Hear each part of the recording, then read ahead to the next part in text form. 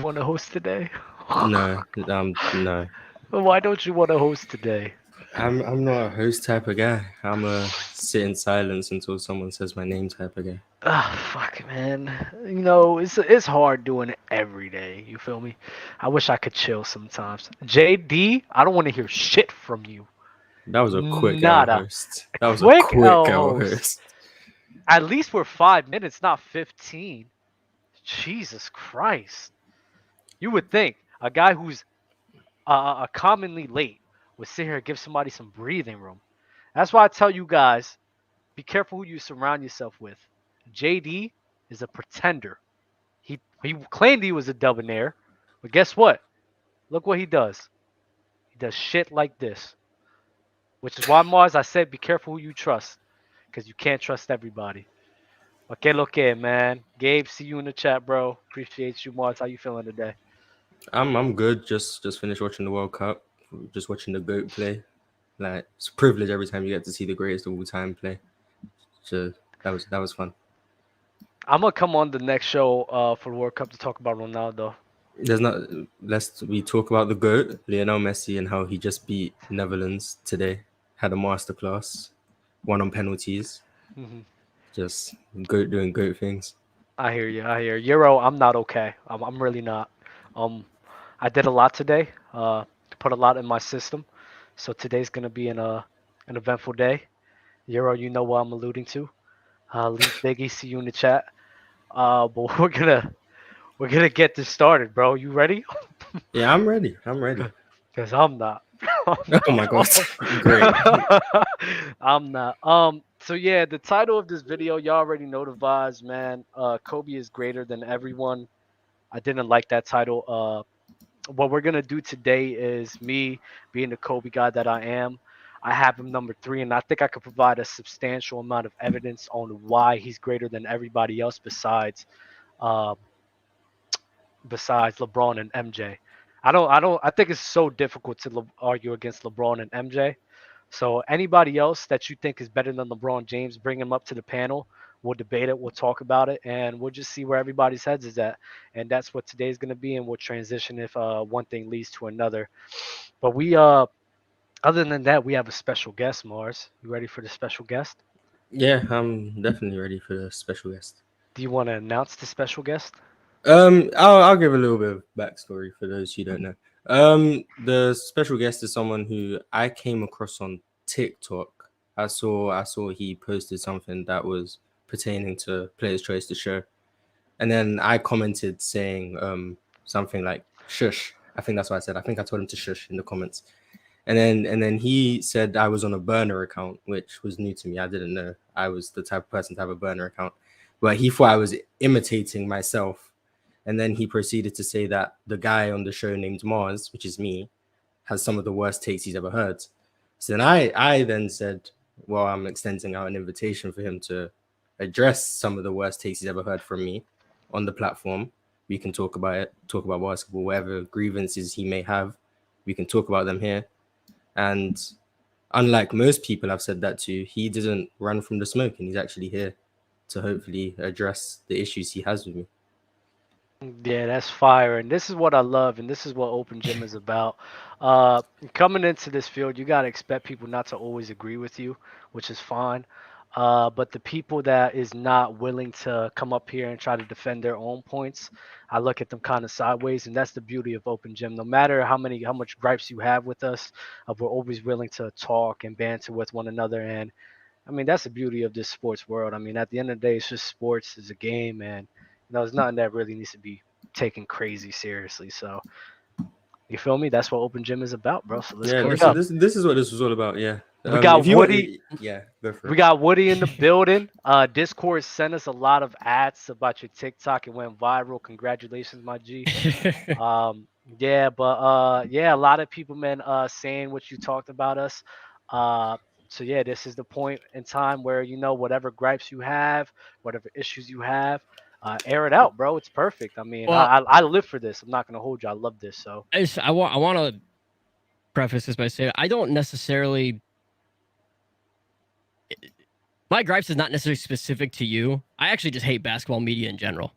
hmm Um, honestly, you guys' title is the exact, like, it's a perfect example of what I'm saying. I actually think basketball media is like the worst in professional sports. To me, like every single conversation is always pertaining to individual versus this individual, debating greatest of all time every single day. Mhm. Um, and it doesn't matter if it's national, local, whatever. They all do the same thing. It's all the same conversations. It's Mhm. never like it's so individualistic. And I actually think that media has created this issue where, like, from a fan perspective, I think the NBA like championship, winning an NBA finals is probably the most meaningless in professional sports Oh because my I don't think God. people don't have an emotional connection to the team. They have emotional connections to the players.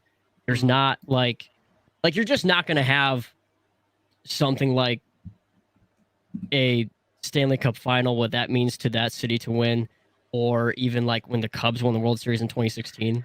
You're just Do you not watch having that football? from. Oh, I do. You Yeah. watch football? Yes, So sir. you're saying like the meaningfulness of like a football team winning in that realm is more important than like a basketball realm than the NBA championship? Absolutely.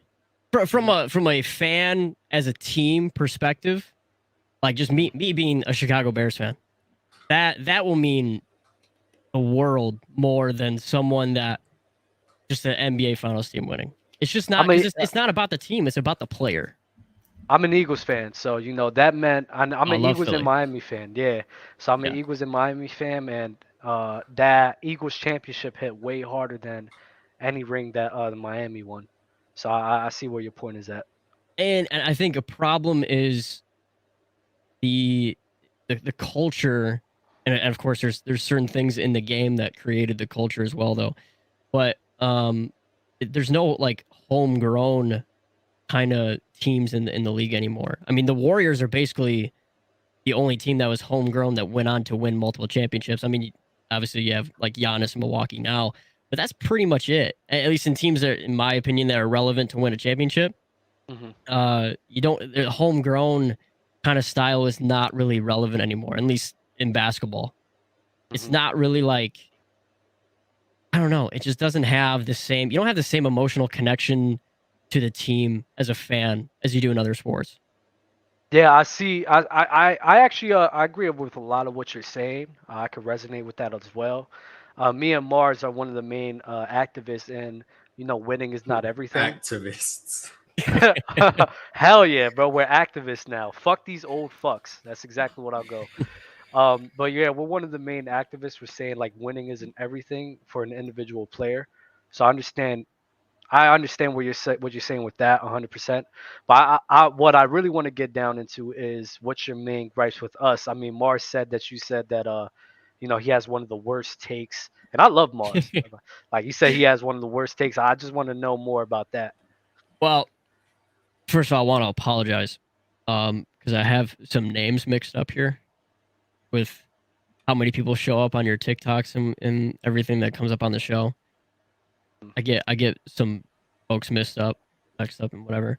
Um, I I think I remember seeing a TikTok of you addressing it. You had Kevin Garnett over Kobe all time. I Yeah, know, I I said know. KG peaked higher than Kobe. Yeah, I did say that. Is that the one you Yeah. want to talk about? Uh nah. I mean, I don't really have any specifics. It's just to me. Again, I don't. It's not really against any individual person. I think it's just the issue of like the conversations that happen on a day to day basis upon these podcasts. They just feel so useless. Whereas, like, I feel like I wish more conversations were going on about the current league today, current teams. Instead of just debating who's top 10 every single day, that kind of stuff. Also, who's the guy that called Damian Pierce a tryhard? Oh yeah, that's the football account. That was probably the worst take I've ever heard. That was the football account. Genuinely. That was one of the fantasy gods. That was amazing. So since you watch football, I'll gladly have you around in that show as well. I'm the one who runs that. Mars doesn't really know much about that, but yeah, the Damian Pierce tryhard shit was it was hilarious. But when he actually got into details about it, you understood where he was coming from. It's just he was talking about in the fantasy football sense. Yeah. So talent kind of as well, but fantasy football is what he was mainly hitting on. And I'm the guy that edited it, so I kind of like made it look sound worse than what it was. So it was like, it is what it is. It was a great edit though. I loved it. But yeah, bro. I mean, we're gonna start getting. Go ahead. You got anything else to say? I guess I have a take that I feel like I've always stood by this, and I just want to hear your guys' thoughts. Now I'm a Warriors fan. I mean, you can see the thing in the background. This is something I've always stood by, and when it comes down to the 2016 championship, I will always argue that Kyrie should have gotten the Finals MVP. And the reason why is I get. I'm not saying LeBron shouldn't have won it. He was obviously deserving. He had the stats, all that good stuff. But from a fan perspective, watching that series, every single time the Warriors had, like, you had a moment of they were going to run away with the series on a streak, whatever it be. I swear to God, Kyrie controlled the entirety of momentum in that entire series. It just every single big moment, Kyrie was the guy that destroyed any momentum the Warriors had, brought the Cavs back up from the ground. I get LeBron had the stats and everything. I'm not arguing that. LeBron was doing everything. But I would have given it to Kyrie. I mean, I think a guy who just leads in like damn near like every statistical category, where on top of Kyrie showing up, LeBron showed up as well. Every time when they perform, even going up to that 3-1, every game that played after that 3-1 deficit, I mean, they both was going bananas. Kyrie Irving, you could say on the big shots, I see where you're coming from, but in the overall totality of the whole series, I think LeBron definitely deserved it. But Kyrie, I don't think he gets enough credit for what he did in that series, because like you said, he was a big shot maker for that team, and he was like, I mean, obviously he had the three, but even like it's just more than that. I mean, even beyond the three, even it's just like the Warriors are going like a 5-7 point run, and then Kyrie goes down there and makes a ridiculous layup or whatever fadeaway jumper that is just like it's it silences the crowd. He shifted momentum. Exactly, and he did it so freaking much, man. It was exhausting to watch, and as a fan, you just like as soon as he started crossing whatever, and you take a shot, you swear to God, it's going in. It was just he dictated so much emotion in that series, and I feel like that's an underrated part of when it comes to what goes into actually winning a championship.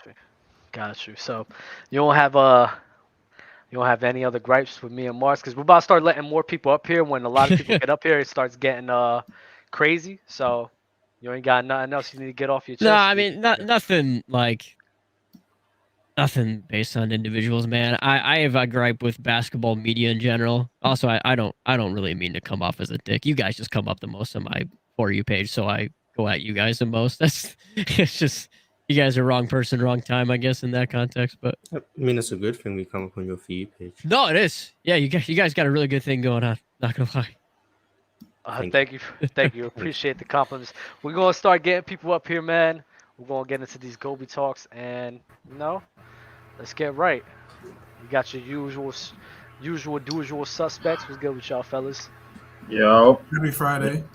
Happy Friday. Yo, salute everybody. Yes, sir. Yes, sir. So yeah, bro, y'all know the title of the video, bro. What's good with you, Leaf? Appreciate you for being here, bro. What's Salute good? to you. Yo, Football y'all can hear me? breakdown, Logan. My mic too loud? No, you good, bro. We hear you, bro. So Last much better time- than last week. Yeah, so last much time better. it was terrible. No offense. Yeah, I know. I had them damn them AirPods. AirPods on, and now I'm on the seat. Now I'm on the laptops with it, so I'm good. I look a little bit more professional, man. Yo, Dub, if the invite still stand for Sunday and Gridiron, man, I'm in, bro. Like count me in. Yeah, bro. yeah. I'll join I'm definitely gonna reach out to you more, bro. And yeah, we'll definitely get into that, bro. But I want to get into this Kobe talk, man. Before we start, I wanted to address something that was said on the Wednesday show. Dub, your name came up. It said Dub has really tricked the younger generation into going at fluent and chill. Disclaimer: I'm 34. But like they just to put that out there. So I'm in the middle of the pack. So all the 40 plus old head niggas, I don't have no gripe with them. I don't really talk bad about Kareem, even though I know you do, bro. I won't, bro, because I ain't see it and I don't really care for it. I just kind of acknowledge their resume and that's it. And on this side, it's F Curry, F KD, F LeBron, bro, on my side all day because I'm watching what I'm seeing, bro, and they getting away with a lot of shit. We gonna get to that on another show, but yeah, but the yeah. So I just wanted to get that out of the way. So Ron, it's not no younger generation against whatchamacallit. I'm 34. I sit in the middle, so I'm kind of the middleman, divide in between to keep everybody on the younger side straight and keep everybody like. Listen, we starting movements. That's all it is. We starting movements, bro, and I love the fucking movement, bro. And at the end of the day, bro, like I know some people be asking me, it's like, yeah, what happens when you get older and people start coming to you? I'm like, so what? Like, fuck it. I like it. It's fun. That's the circle of life. That's the circle of life. I've already said if my grandkids aren't telling me that LeBron James and Steph Curry were trash, like let's start this war. I love this war. It's an amazing war. It's fun to be a part of. I just hate people lying. I hate liars, and when people lie about the old generation, it's something that just annoys the shit out of me. You could value it however you want, but when you just flat out lying about shit, that's what's a lie that you hate hearing. I remember Lowe said on last Open Gym that Kareem Abdul-Jabbar would be crazy mainly because the guys would be shorter, and that was just a lie because the guys in the 70s was shorter than the guys are today. So it just that's a lie in itself. So and I didn't realize that's more to me. Those like era debates are never. It's just like it's all subjective. Like we could never really know outside of certain people. 100%. But what's the fun in just acknowledging that? Let's fucking argue about it. Who cares? I know. The way you talk about Kareem in this generation is a tad. We don't have to get into it. It's a tad disrespectful. I don't care, bro. Man, it is what it is, bro. I see what I see, and I don't see this working as fluid as in today's. The thing is, it may not look like that. It might be a baby hook, but it'll still be a. It might be a junior hook, but he's still gonna be able to get it over. Yeah, your Bam Adebayos. Don't disrespect Bam like that. He will lock that shit up. Don't do my man's like that. Yeah, I know you capping right now. You capping. I know when you capping, bro. Dub, Dub, I don't get in between you and the old head arguments, bro. Because it's a bunch of them against you, and I don't feel like I'm like, yo. It's like 4-on-1. I'm like, damn, I gotta help out Dub, man. He front line for me. I'm like, damn, I gotta at least jump in. Warrior, bro. Fuck it. It is what it is. Stack together, back against. Can I just debunk something real quick? You said Dub. I don't know why you ran with it. Go ahead. Actually, the centers of the decade for the 70s, they're about the same size as the centers for today. Matter of fact, they're about the same size for the centers of the last 10 years too. I got the I got a link. I got a link too. You have the link of the average height of a player. I'm talking about the position. I got the positions as well. Okay. All right. I'm gonna give you a matchup real quick just before we start. All right. Kareem in Milwaukee in the 70s versus Lob City DeAndre. How many of them hooks you blocked? Bro, stop. This is the most disrespectful question I've ever heard. Stop. Nah. Listen, I don't want to make Dub. I don't want to make this a Kareem thing because it's supposed to be Kobe Bryant. But I mean, if y'all want to do it, we could. No. We don't. We just get into it. Like Shaq. Which one are you arguing, Dub? Are you saying better or greater? You didn't clarify that in this school. I'm always going ball for better. I think greater is more like career accolades. But let me show you this. I put my link in the private chat too. Oh, you did? Let me see that. Okay. It gives you the height, the and the weight of the players too. What are we doing with this, man? No. This is what Dub want to do. I want to get into players. I want to get into why Shaq is clearly better than Kobe. That's what I want to get into. I want to let Dub know why Shaq is clearly better than Kobe. Listen, if you have to go to average height of a position to make your point in an argument, I don't know. I'm pretty sure. No, I'm not making an argument. Heights in the 70s, it was without shoes as well. It was barefoot too. Yeah. And players today, their heights are taken with shoes, which is like an extra inch. And when they play on the court, what size are they? Well, if Kareem was 7'2" without shoes, that means he's pushing 7'4" with I mean, shoes. if Kareem today is wearing dunks instead of Adidas, bro, like I don't know, bro. Like, man. There's just so many factors, bro. Like They started measuring NBA players today without shoes, and Kevin Love went from 6'10" to 6'7". Exactly. So I got They're trying to say Kevin Durant's 6'10". That dude is 7 foot. You play basketball with your shoes on, man. So like, what height is you with the kicks on? Yeah, so you gotta add an extra inch or two. Yeah, you gotta add an inch or two. Yeah, depending on what shoes you wear. So this right here is the graph chart I have for the average height by position, and the top in the red is the center position. And as you can see in the 70s. Wow, it changed by a whole inch or two, man. I mean, but that's the point I'm saying. In the 80s, they had some giants, bro. Like, goddamn. Yeah, in the late 80s is when the bigs really started coming. Yeah, they had Mark Eaton and so Bill Russell and Wilt were actually playing against 5'7" plumbers. That's exactly, bro. And then, but actually, that's not true. NBA. That's not true. Let me make a joke in peace, Jesus. Nah, I just like me and Dub around the same age, and I'm like, that's no excuse. I have no nostalgia for these old niggas, but like, I respect greatness. Period. Yeah, you gotta respect greatness, bro. Like, Dub. Hold on. Dub. Better example. You're a football guy. Mm-hmm. I would never disrespect O.J. Simpson, Jim Brown. You should. You would never hear no football. You never hear no football fan disrespect them guys. Yep. Why are you not disrespecting it? Yeah, that's like no. Dub knows why. What? But Dub, why is that, Dub? Dub, why? When you ask even people around our age, right in the early 20s, who are the top 5 running backs all time, why they always include guys like running backs? Running backs is a little bit different because I think if you want to talk wide receivers and quarterbacks, I think because times in that era was more run dominant, so it was like. Quarterbacks in that day, I'm just not sure how they could be in today's league. But they're just not as talented.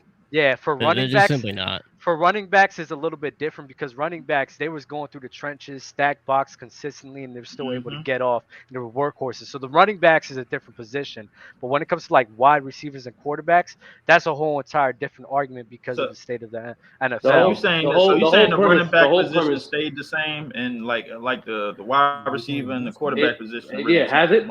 I'm just not sure how to judge the running backs because I think the running backs played in a more physical era, like extremely more physical era than anybody else in the early football stages. So it was like it was hard as hell for them to get off. It's hard to compare football across eras. And then the quarterbacks, I mean it's kind of hard for me to like rank a Johnny Unitas because even though they won a lot, like how can they even compare their stats to today's day because I mean, they were throwing more picks than TDs.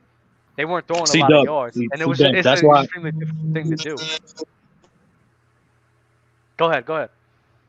No, that's why I completely said running backs, and see how you provided all that context to describe and appreciate the greatness of running backs is the same thing for any other team sport where the players that they're doing. That's why I said before, I don't do hypotheticals. I don't be like, if Kareem played today, he would do this because we don't know. All you can do is see what conditions and what they produce in their era, how impactful they were to their contemporaries, and that's 100%.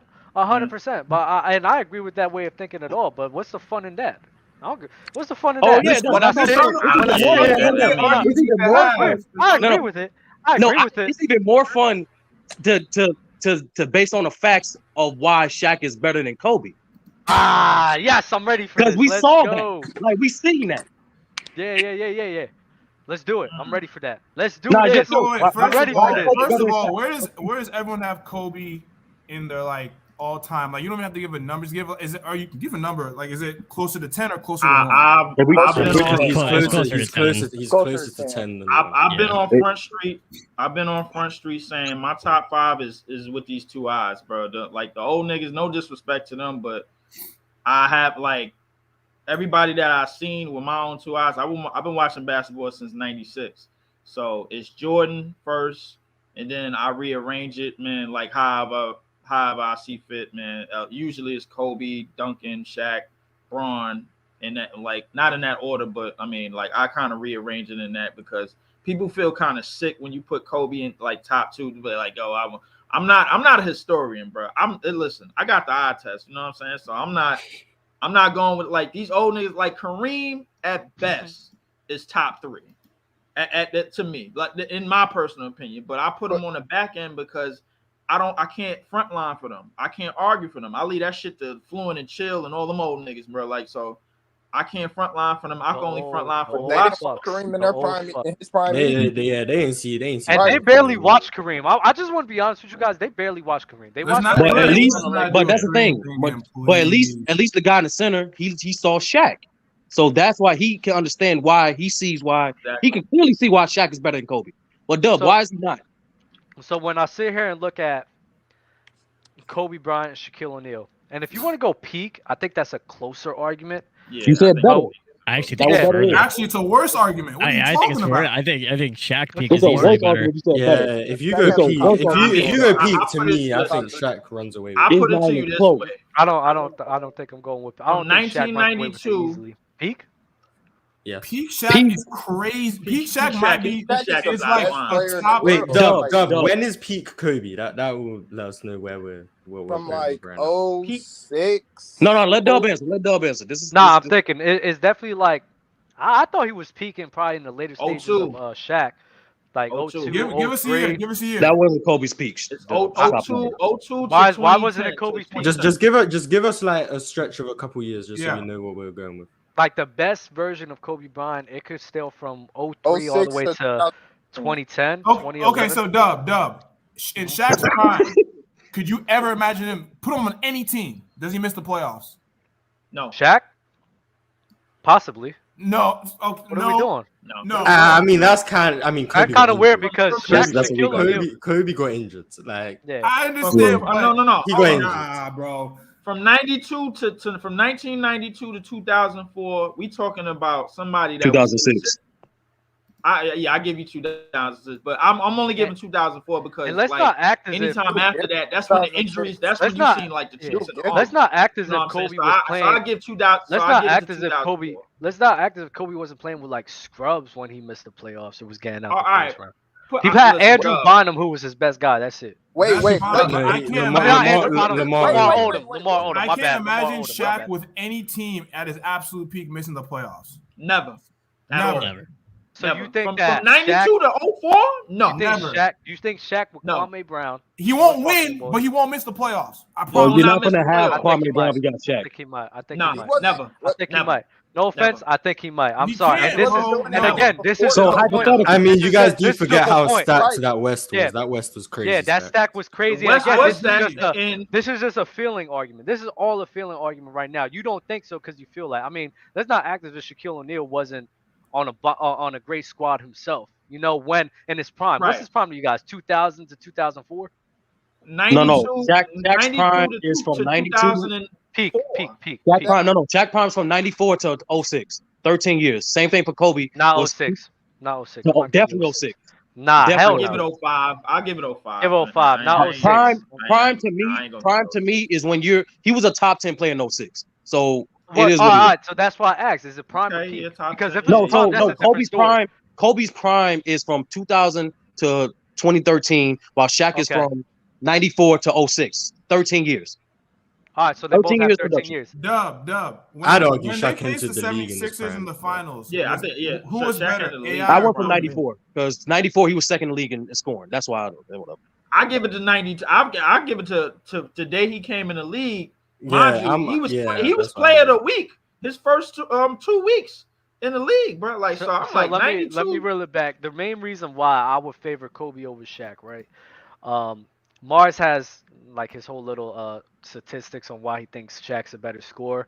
I'm not gonna lie, I'm always gonna think that Kobe's a better scorer than Shaquille O'Neal, always. Even in his peak at the primes. I think Shaq is a more dominant player, which is why they're both in my top 5, so it's pretty close for me. Who's your top 5? So if you want MJ, LeBron, Kobe, Hakeem, and Shaq. So it's like if you want to side with the dominance of Shaquille O'Neal, I understand exactly where you're coming from. But on top of Kobe Bryant and his ceiling raise capabilities, he also has floor raising capabilities as well. And Shaquille O'Neal, I don't think we've ever seen a point in time where he really had to floor raise a team that dramatically the way Kobe Bryant had to. When? Are you forgetting the Orlando team? The Magic? Yeah. He joined. Like They were like 20 wins the year before, and then 3 years later they were in. Dub, you talking about lying and you just lied. How did I lie? Because wait. Let me check. Let me double check the rosters because I want to check. Dub, before you do was that, this before Penny Hardaway? Was this before Penny Hardaway got there? Before you dig yourself into a hole, Dub. Just like hold on. Every great player needs complementary pieces to optimize their success. Just how Kobe never won without an all-star big. That's just a fact. This same how Shaq never won without an all-star guard. Every great player needs complementary players to optimize their chances of winning. But as individual players, Shaq is clearly better than Kobe because it's not even close. So yeah, the only exception is Elijah. So what the point in which I said was, all I did I've never seen Shaquille O'Neal floor raise the way what's his name? Kobe Bryant. I have. Okay, so how did Kobe floor raise? He didn't make the playoffs his first year and his rookie year, right? Then Penny Hardaway came in his second year. And then they started making the playoffs. So that's a point right there. Kobe Bryant, he missed the playoffs when he only played 66. He missed the playoffs when he only played 66 games that season. Yeah, after Shaq. Then he had Kwame Brown and Smush Parker and everything. He was still making the playoffs. I never seen Shaquille O'Neal do anything like that. Listen, if Shaq only plays 66 games of a season, I still think they make the playoffs. Out like from 92 to 2004, yes, they still make the playoffs, bro. They still make the playoffs. And that's just another assumption that I did not see. What I seen from Kobe Bryant and what he did and what he produced, on top of his ceiling raising capabilities, he shows a great ability to floor raise as well. On top of him being a better scorer. Does he floor raise? I just told you how. No, you didn't. No, you didn't. No, you just said back to now, one time did you describe an aspect of his game that allowed his team to floor race? So please proceed. What you mean? When he was with Smush Parker and Kwame Brown, that dude was damn near doing everything to put them in. Huh? What was he doing, Dub? What you mean? He was putting up like 31 points per game, playmaker for his team, being the scoring threat that he was, and he wasn't. I'm not gonna sit here and lie. He wasn't the defender that he was with Shaquille O'Neal because of all of that other responsibilities. But he still played defense at a high level as well, and on top of that, impacted his team to make the playoffs. Of course, he got bounced out the first round, but come on. How did he impact his team to make the? What did he do? I just told you with his scoring ability. Well, Dub, to help you out, he didn't average 31. He averaged 35, Dub. I'm not trying to 31 and 35. It was 31 and 35, right? Oh, you're talking about the 05 year as well. You talking about the 05 or 06? Which one are you talking about? I think you're talking about 06. It was 37. 06, I'm pretty sure it was 35. 07, it was 31. Okay. 06 was 35. The year before was 27. Yeah, you conflicting. Yeah, my bad. So, yeah, bro. So, like, what are we doing? I'm telling you exactly how. Kobe, to me, has never been a floor raiser. That's just his skill set has never lended himself to be a floor raiser. What's a floor raiser? Someone who's making a bad team solid. Like, if you put Kobe on a bad team, he's gonna just try to win games by scoring. We talking about a bad team. You know what? You know what's kind of wait. I'm sorry. The way that you guys are, the way that you guys are even questioning this fact that he floor raised his team, it's weird as hell for me. No, we're not questioning. We're just asking for more details, Dub. That's all. We're not questioning. I told you what you want me to break down every aspect of every game. You didn't break shit down, though. No, at first you did it. At first you didn't. What are you talking about? At first you did it, Dub. Now you did. Okay. Thank you. So of course, on top of him floor raising his team, as soon as he got the necessary pieces to be a championship caliber team, he goes to 3 straight finals. That's what he did. As soon as he got Pau Gasol, what happened? 3 straight trips to the finals, goes back to back. Yes, he lost to the Boston Celtics, but then guess what? He got one back on them. So that's why, to me, that doesn't prove you're a floor raiser. It proves you. No. I told you about his floor raising. Then I told you what he did in ceiling raising as well. And being a complimentary piece to Shaquille O'Neal. So does Kobe make other players better?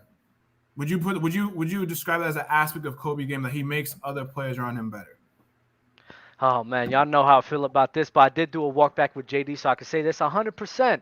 100%. The leadership, the example in which he sets, 100%. And Shaq don't make life easier. So Doug, Shaq makes, and that's the thing. That's the thing. I'm not discrediting Shaquille O'Neal, what he brings to the game as well. But I think they both bring similar aspects to the game. It comes down to preference. And me, in my personal opinion, the separator for me is what? The separator for me is Kobe Bryant, his ability to floor raise on top of ceiling raise, him being a better scorer, and being a better defender in my eyes as well, is better than Shaquille O'Neal and his dominance. So if you had a choice, would you rather have peak Kobe or peak Shaq to start a team right now? Kobe. Dub, can I ask you a question? Great. What year? It's insane. What year? No, yeah. Let Mars ask a question. What year did Shaq have to floor raise, but he failed? That's the thing. That's why I said I haven't seen it because I don't think we've really say 93 or 94. I don't think we've really seen a time where he really had to because he was always on a good team. But that's why I said it just came to what I seen. Why was that team good? Always on a good team. You know the Orlando Magic were an expansion team that won 20 games. Hold on. You saying and then they were 500 always the been next on a year. good team is like and saying then they were a 50-win team until he left. You saying Shaq has always been on a good team is like saying that LeBron Cavs team was actually a 60-win team because the team was good. No, they were good because of him. Yeah, that's the point. Of course. That what Mar just said. Right. Because the Orlando Magic was an expansion team, Shaq was the biggest turnaround. Shaq was the main impactful guy that because of his paint presence, Dub, and the efficiency in the paint, allow more shooters to be more open, like Dennis Scott, like Anderson, like Scott Skiles and whatnot. And when Penny got there to complement Shaq, he to complement Penny's game, he provided not only that he won the best pick and rollers that we ever seen, and on top of that, the amount of attention he was getting just for establishing himself allowed cutting lanes for the Lakers as well as the Orlando Magic, and because supplement that with his ability to play make, that's his floor raising ability. He did that for 13 years straight. Even in the year for the Heat won the championship, he still had that gravity. I'm not gonna lie. The 06 year, I'm not gonna give you. I think Dwayne Wade was the best that's player. A fact. That's the 06.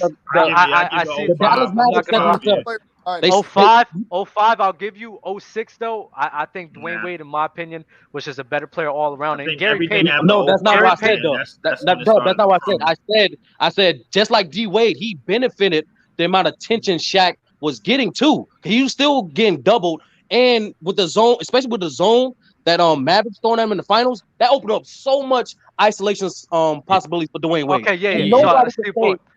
Yep. I see your point, and I'm not going to dispute that because, like I said before, I'm not going to take away from Shaquille O'Neal what he brings to the game. He definitely brings that. But at the end of the day, Penny Hardaway was still a great player. Nick Anderson, Dennis Scott, these guys are still great players, better players. Well, not great, but better players than what Kobe Bryant had and his supporting cast when he had the floor raise as well. So yes, I'm not going to sit here and say Shaquille O'Neal has zero floor raising capabilities because that's a lie in itself.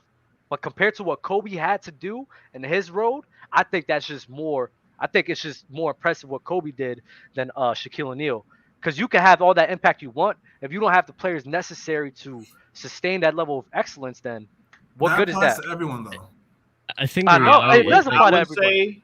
I would say this. I would say definitely what Kobe did was more impressive because after 04, he answered all the questions. Man, you can't win without Shaq, and it ain't that easy no more. I think Shaq did everything. You could say he did everything he was supposed to do. Be dominant. Be the most dominant player all time. Like he always said that. He said the best player of the league, I always ran from that. The most dominant title, he said, I own that as well as Wilt. Like he said, that's the one thing that he lived for. You know what I'm saying? When he played. So like, but to go as far as peak, I'm taking Shaq, and it ain't no ifs, ands, or buts about it. I love LeBron. I may take peak Shaq over peak LeBron, dog. Like, is that? I get it. Don't get me wrong. LeBron, don't get me wrong. I get it. I understand it wholeheartedly because it's that dominance factor that he has on the offensive end. I get it. I understand it. But it's like for me, when we're talking about players as a whole, yeah, Shaquille O'Neal is dominant. But I think Kobe Bryant also being dominant on the offensive side and having the capabilities, we're talking about his peak, having the capabilities to be locked in defensively. On top of that, being a very good playmaker as well. Shaq was both of those things. Shaq was an excellent playmaker from the low post and was a good defender. Kobe was a better passer though. Kobe was a better passer. No. I said playmaker. You say passer. I know. I switched it because I know how y'all do. I switched it. I know how y'all define playmakers. No. But let me say this real quick. Shaq's defense, even though he was stationary and slow-footed and had a low motor, he still was a good defender. And on top of that, he provided intangible. He provided intangible that I don't think gets talked enough about in defense, which is deterrence. Shaq's size and strength alone deterred a lot of guys from driving in paint. Exactly. You thought twice and 3 times before you got up in there when Shaq was down there. And plus, he was a dominant rebounder too. And to reiterate Mars' point, the example of Shaq floor raising when he didn't have those quote unquote developed pieces that you mentioned, Dub.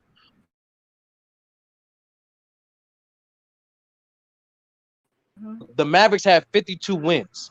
My bad. What you say? My bad. What you say? I lagged off. My bad. No. What Mars was saying, that's the season when Shaq quote unquote floor raised to your description. Penny's rookie year was not Penny. Penny did not come in elite. He came in good, but he didn't come in as Penny until his second year. The first year, Shaq as the best player got that team 52 wins. But Penny was still better than anything that Kobe had. Right? No, but that's the thing, Dub. I don't understand. Like, just because Kobe was at one point a worse situation does not benefit his impact. It doesn't benefit this argument. But that's what I'm arguing.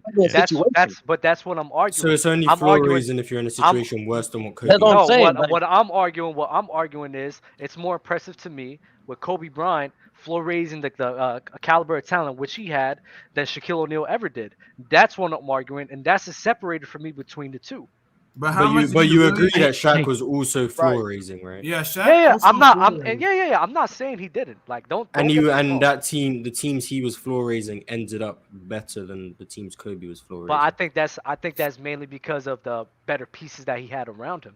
But you do acknowledge that. So even if the teams at a base level were Orlando was better as a base level than the Lakers, they also got to a higher level than the Lakers, right? Yeah, and that's because the team was just better than what Kobe had. Okay, so hypothetically, let's say the Lakers around Kobe, take Kobe off. Let's say they're a 20-win team, okay? And let's say the Magic were a 25-win team. Shaq without Shaq. I don't think with Ricky Penny. You think Ricky Penny on that Orlando team is how many wins? I don't even know, Mars. I'm not gonna hold you. Then that's why like this question is kind of weird because it's like, how can we even answer? Because we don't know. I mean, how do we know? That's why I said hypothetically. I mean, it's not fun. Otherwise, it's not fun, right, Dub? It's not fun. Exactly. No, and I get it. You gotta give a hypothetical. I get it. No, you can talk about that hypothetical, but me and my opinion, I think that Penny Hardaway and those collection pieces could definitely give you way more than 20 games. What do you mean? They'll give you more games than what Kawhi Brown and Smush Parker. What pieces are we talking about? Yeah, Dub, do you know who was on that team his rookie year? I know Penny Hardaway, Nick Anderson was on that team. Let me double check.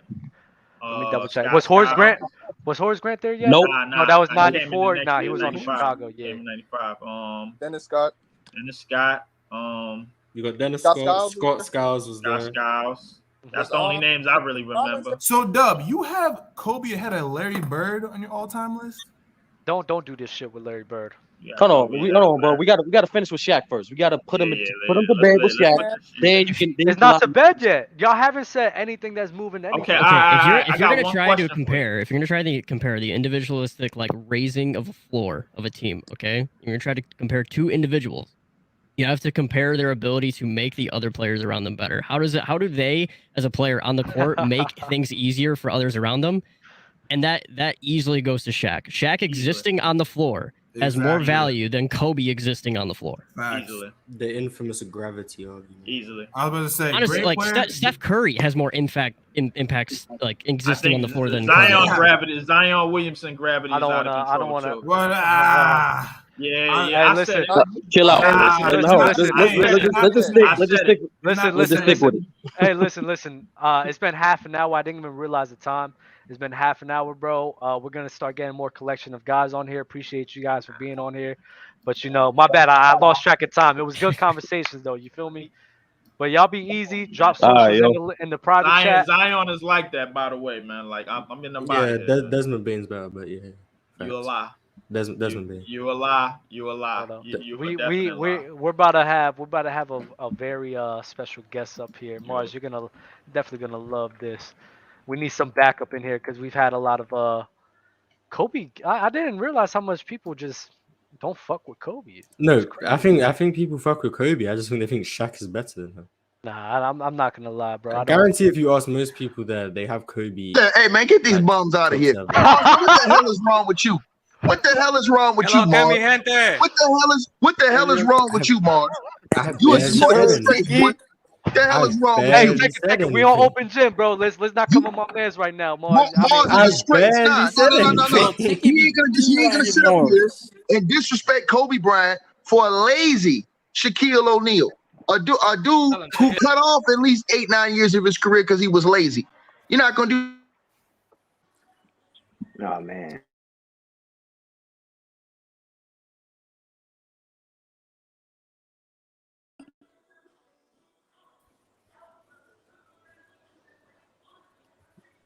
Everybody here? Everybody Yeah, here? yeah, what's up? Yeah, Hello, Kurt? Ticket, you here? Yeah, right here, man. Man, ain't cool. people that know Kobe like that, man. Hello, That man's very disrespectful, man. Very disrespectful, Mars. I don't get how I was the one being disrespectful. Hey, Dub. I didn't even make any arguments. What's my Lakers take? What was your Lakers take, brother? I said they was winning the chip. Oh my god. I can't go with that. I can't go with that right now, man. Hey, Dub. You see that AD Bron? Dub, you did a great job not getting emotional. I gotta give it to you. Well, listen, bro. I'm chilling today. I did a lot of drinking today, so I'm over here. I'm Did burnt you see out. the Heat game? Did you see the Heat game yesterday? No, I don't want to watch Miami this year, bro. Hey man, No, Timmy was hooping yesterday. It was him yesterday. Hey, ticket. Bam. I want to hear why Kobe Bryant's better than Shaquille O'Neal, though. I am interested Bro, in that. first of all, it's easy to answer. What did Shaq win before he played with Kobe? Shaq was in the NBA Finals. He got destroyed. Shaq got swept by Mike. He got destroyed by Hakeem. He was getting his ass beat. He had Penny. They had a ready-made team to go to the championship over and win the championship over in Orlando. Couldn't get it done. He had to wait until Kobe Bryant was on the court starting, playing with how he was supposed to play to win the chip. If Shaq was so dominant, why the hell they was getting their ass whooped all those years by Utah? And don't just say, hey, it was because Kobe Bryant shot a couple air balls at the end. No. What happened throughout the games? Why wasn't Shaq carrying those Lakers? He didn't have a competent team around him.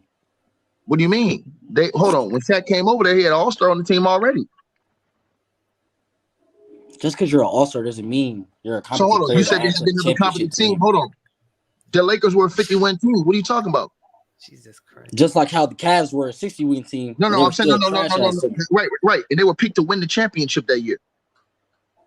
Right or wrong? Hold on. Were they picked to win a championship? Both of those years they won 66 and 60 games, yes or no? Yes, they were picked to win the championship. Well, then they don't have an incompetent team. They were picked to win the chip. That's what you call underachieving. The same thing the Warriors are doing this year. The Golden State Warriors were picked to win the chip this year. Somebody sound like they're underwater. Dub, it's your mic.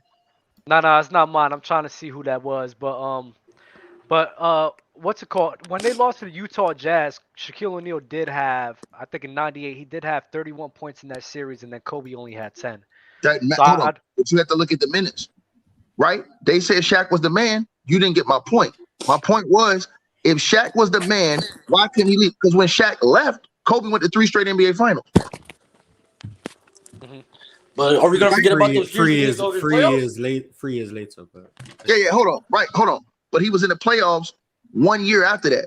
After they traded the team and he had Smush and all those guys playing with him, they missed it the first year by just a couple of games. They didn't have a losing record. They just missed the playoffs. The next year, they made the playoffs. The next 2 years, they played the Phoenix Suns. They played the Suns both times. Right. They was up. Guy walked down when they was up. And then I forgot who they played the next year. They played the Suns again. They played the Suns again. And they got mocked. And then after that, they made the trade for Powell, a dude who never won a playoff game his entire career, and they made the 3 straight NBA finals. So yeah, and I think a lot of people underrate like how impressive that is. Like people don't understand like the fact that you was able to floor raise your team to playoff contention in one of the toughest conference in NBA history, and then as soon as you get the capable pieces what do? You go to 3 straight. Three straight. Hey, Doug, look, Doug. Mars is easy to beat. Listen, watch this.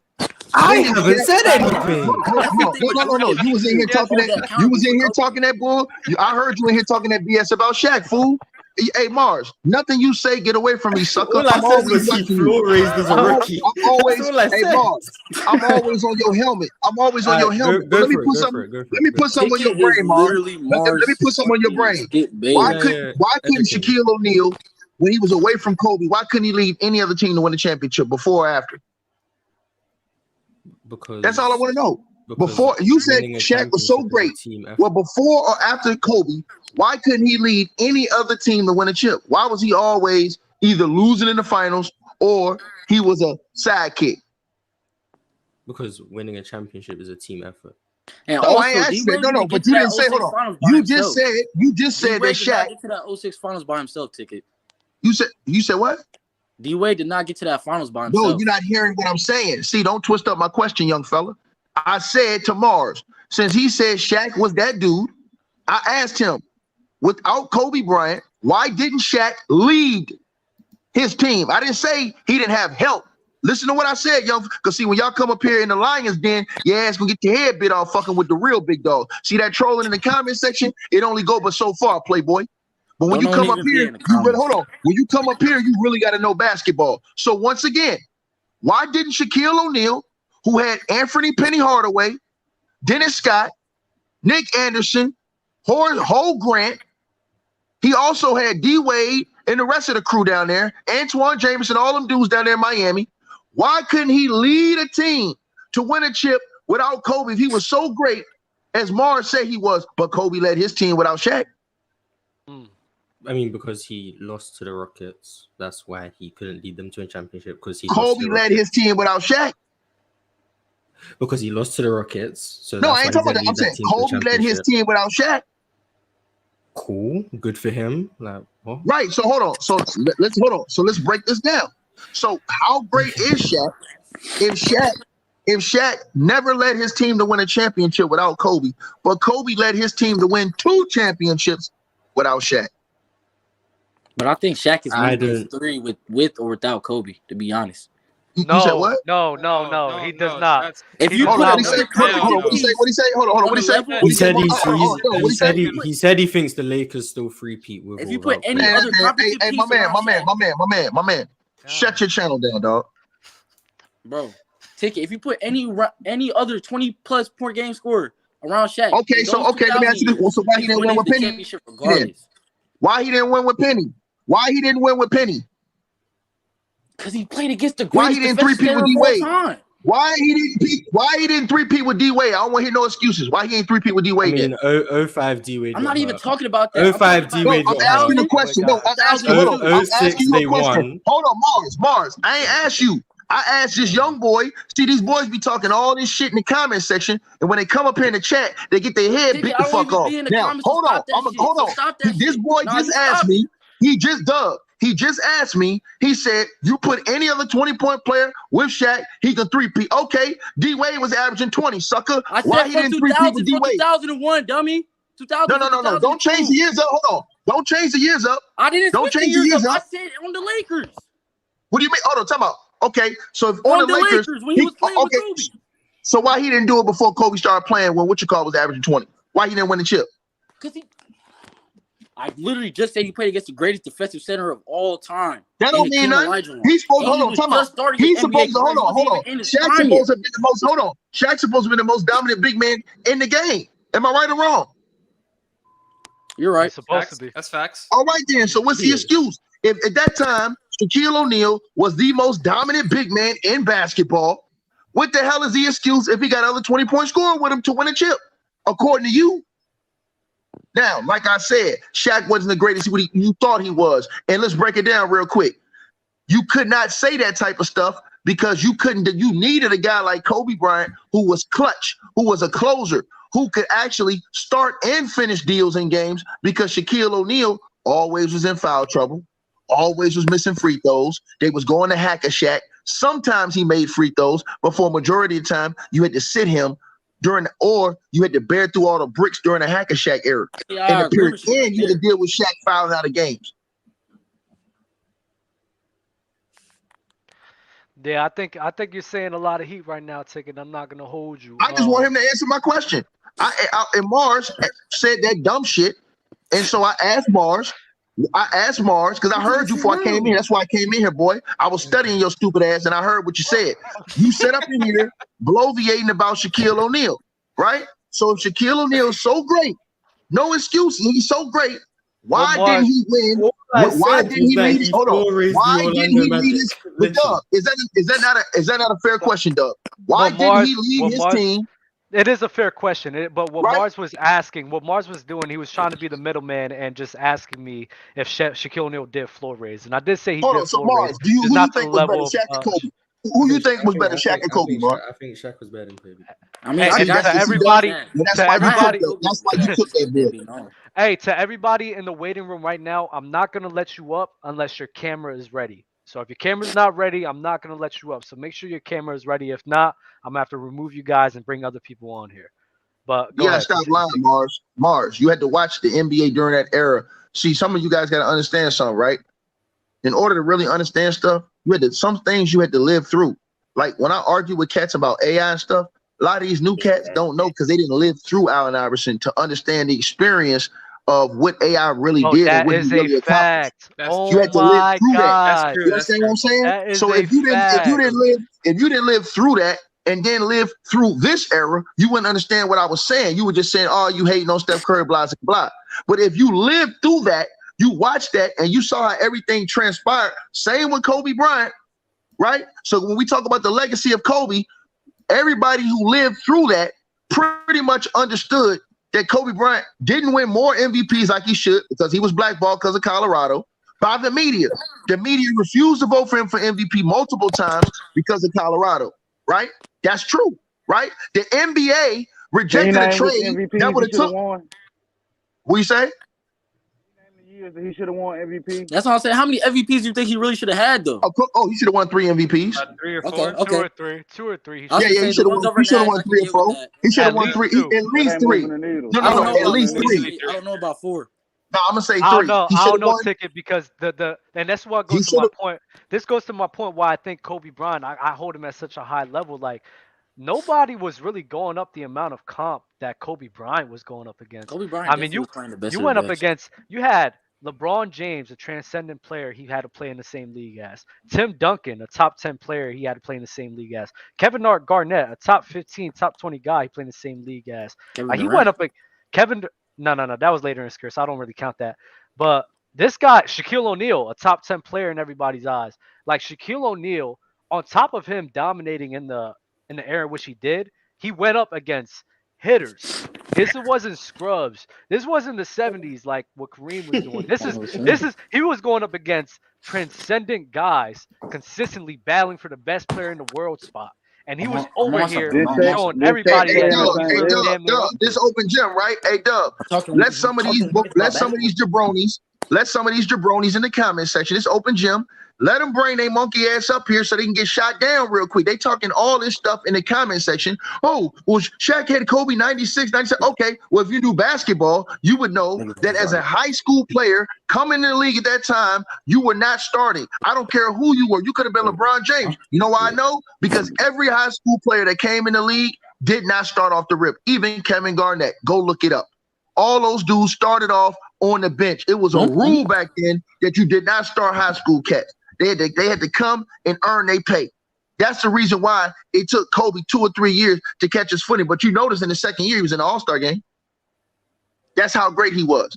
And Dale Harris, dumbass, had to come up off that. As soon as they got Dale Harris out of there and brought Phil in, it was all she wrote.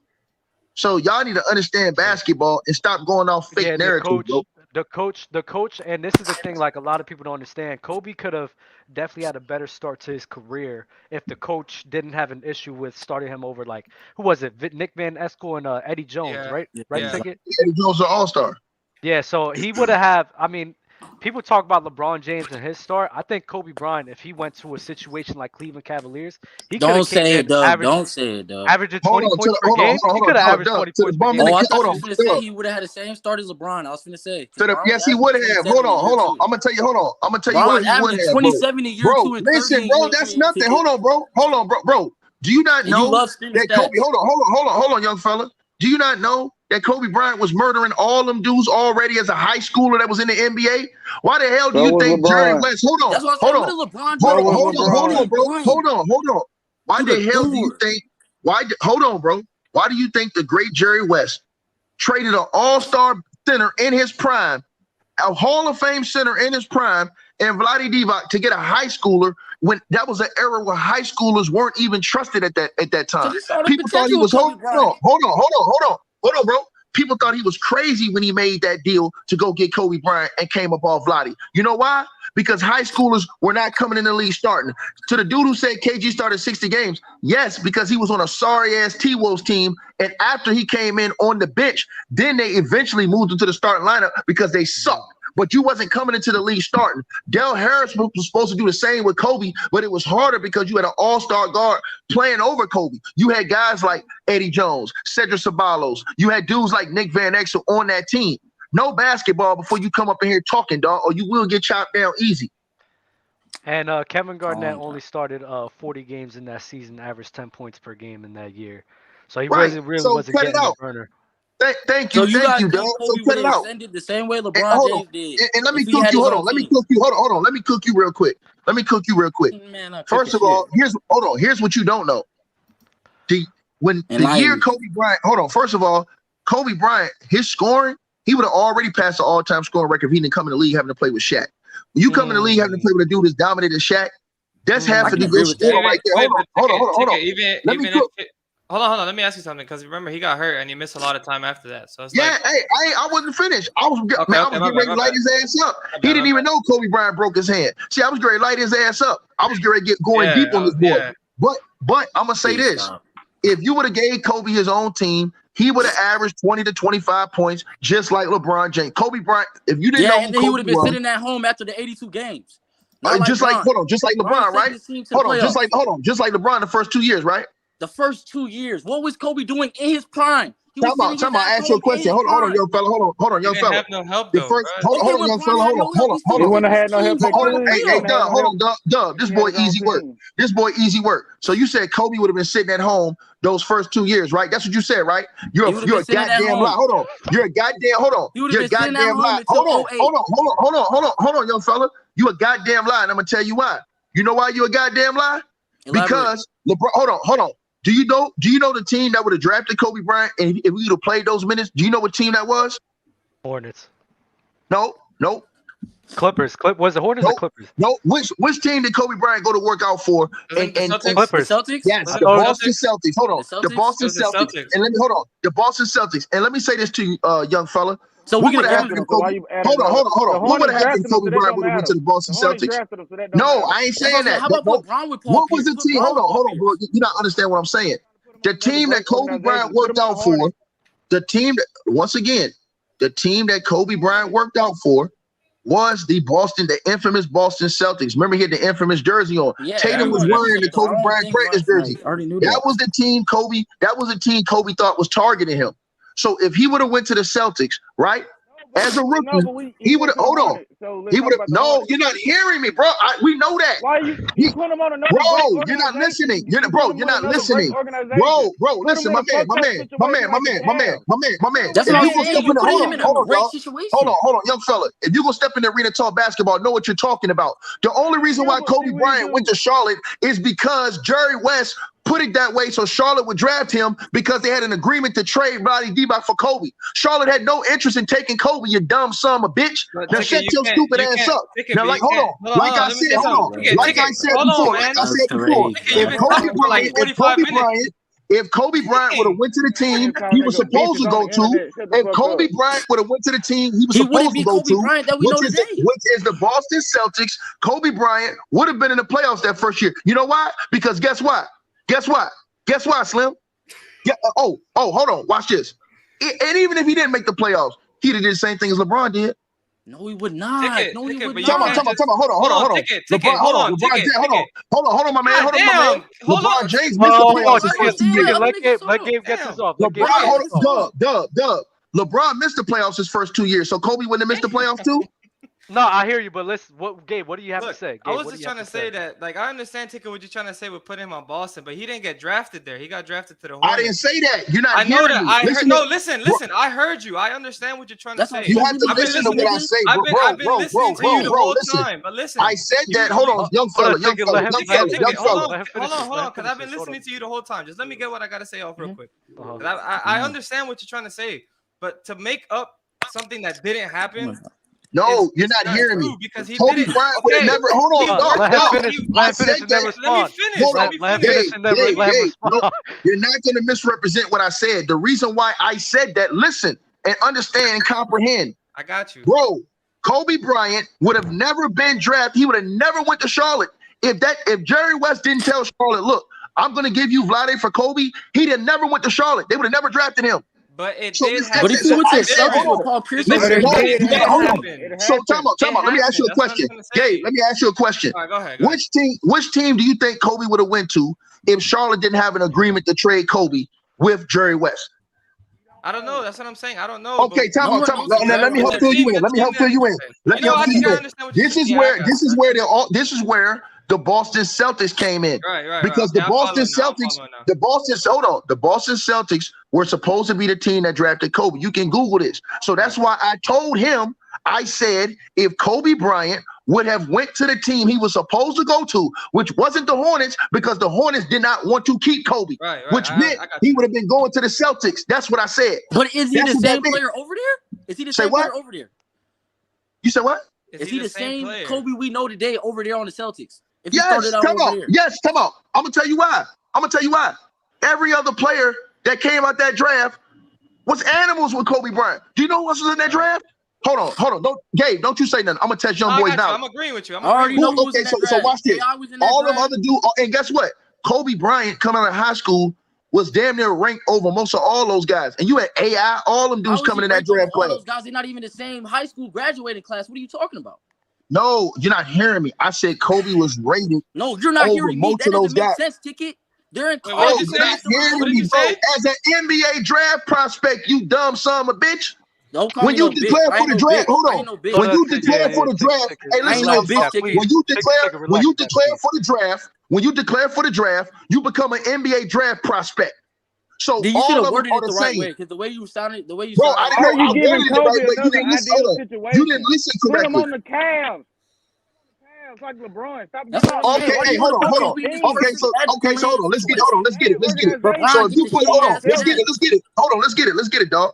So if you put him on the Cavs like LeBron, hold on, young fella. If you put him on the Cavs like you do LeBron, what does he do the first 2 years? The same as LeBron, right? Missed the playoffs, No, he right? does not do the same as LeBron. He probably LeBron missed the playoffs. He probably played better than he did at the Lakers, but he doesn't do better than LeBron. Right. So now you're admitting that Kobe Bryant would have been better than LeBron then. No, I think he would have done better than he did on the Lakers his first 2 years. Not better than LeBron. Oh, no, I'm asking you. He said if you put Kobe Bryant with those Cavs, what would he have done? I said he would have did the same as LeBron, which is probably missed the playoffs, right or wrong? Right. But not in the same fashion. Not in the same Do you think Kobe Bryant would have made the playoffs those first 2 years with Cleveland? No. Okay, I do. I think he would have made that one where they was one game out behind Boston. I think they would have made that playoff. No, we're talking about a rookie Kobe, not the Kobe that we know now. Yeah. Hey, listen.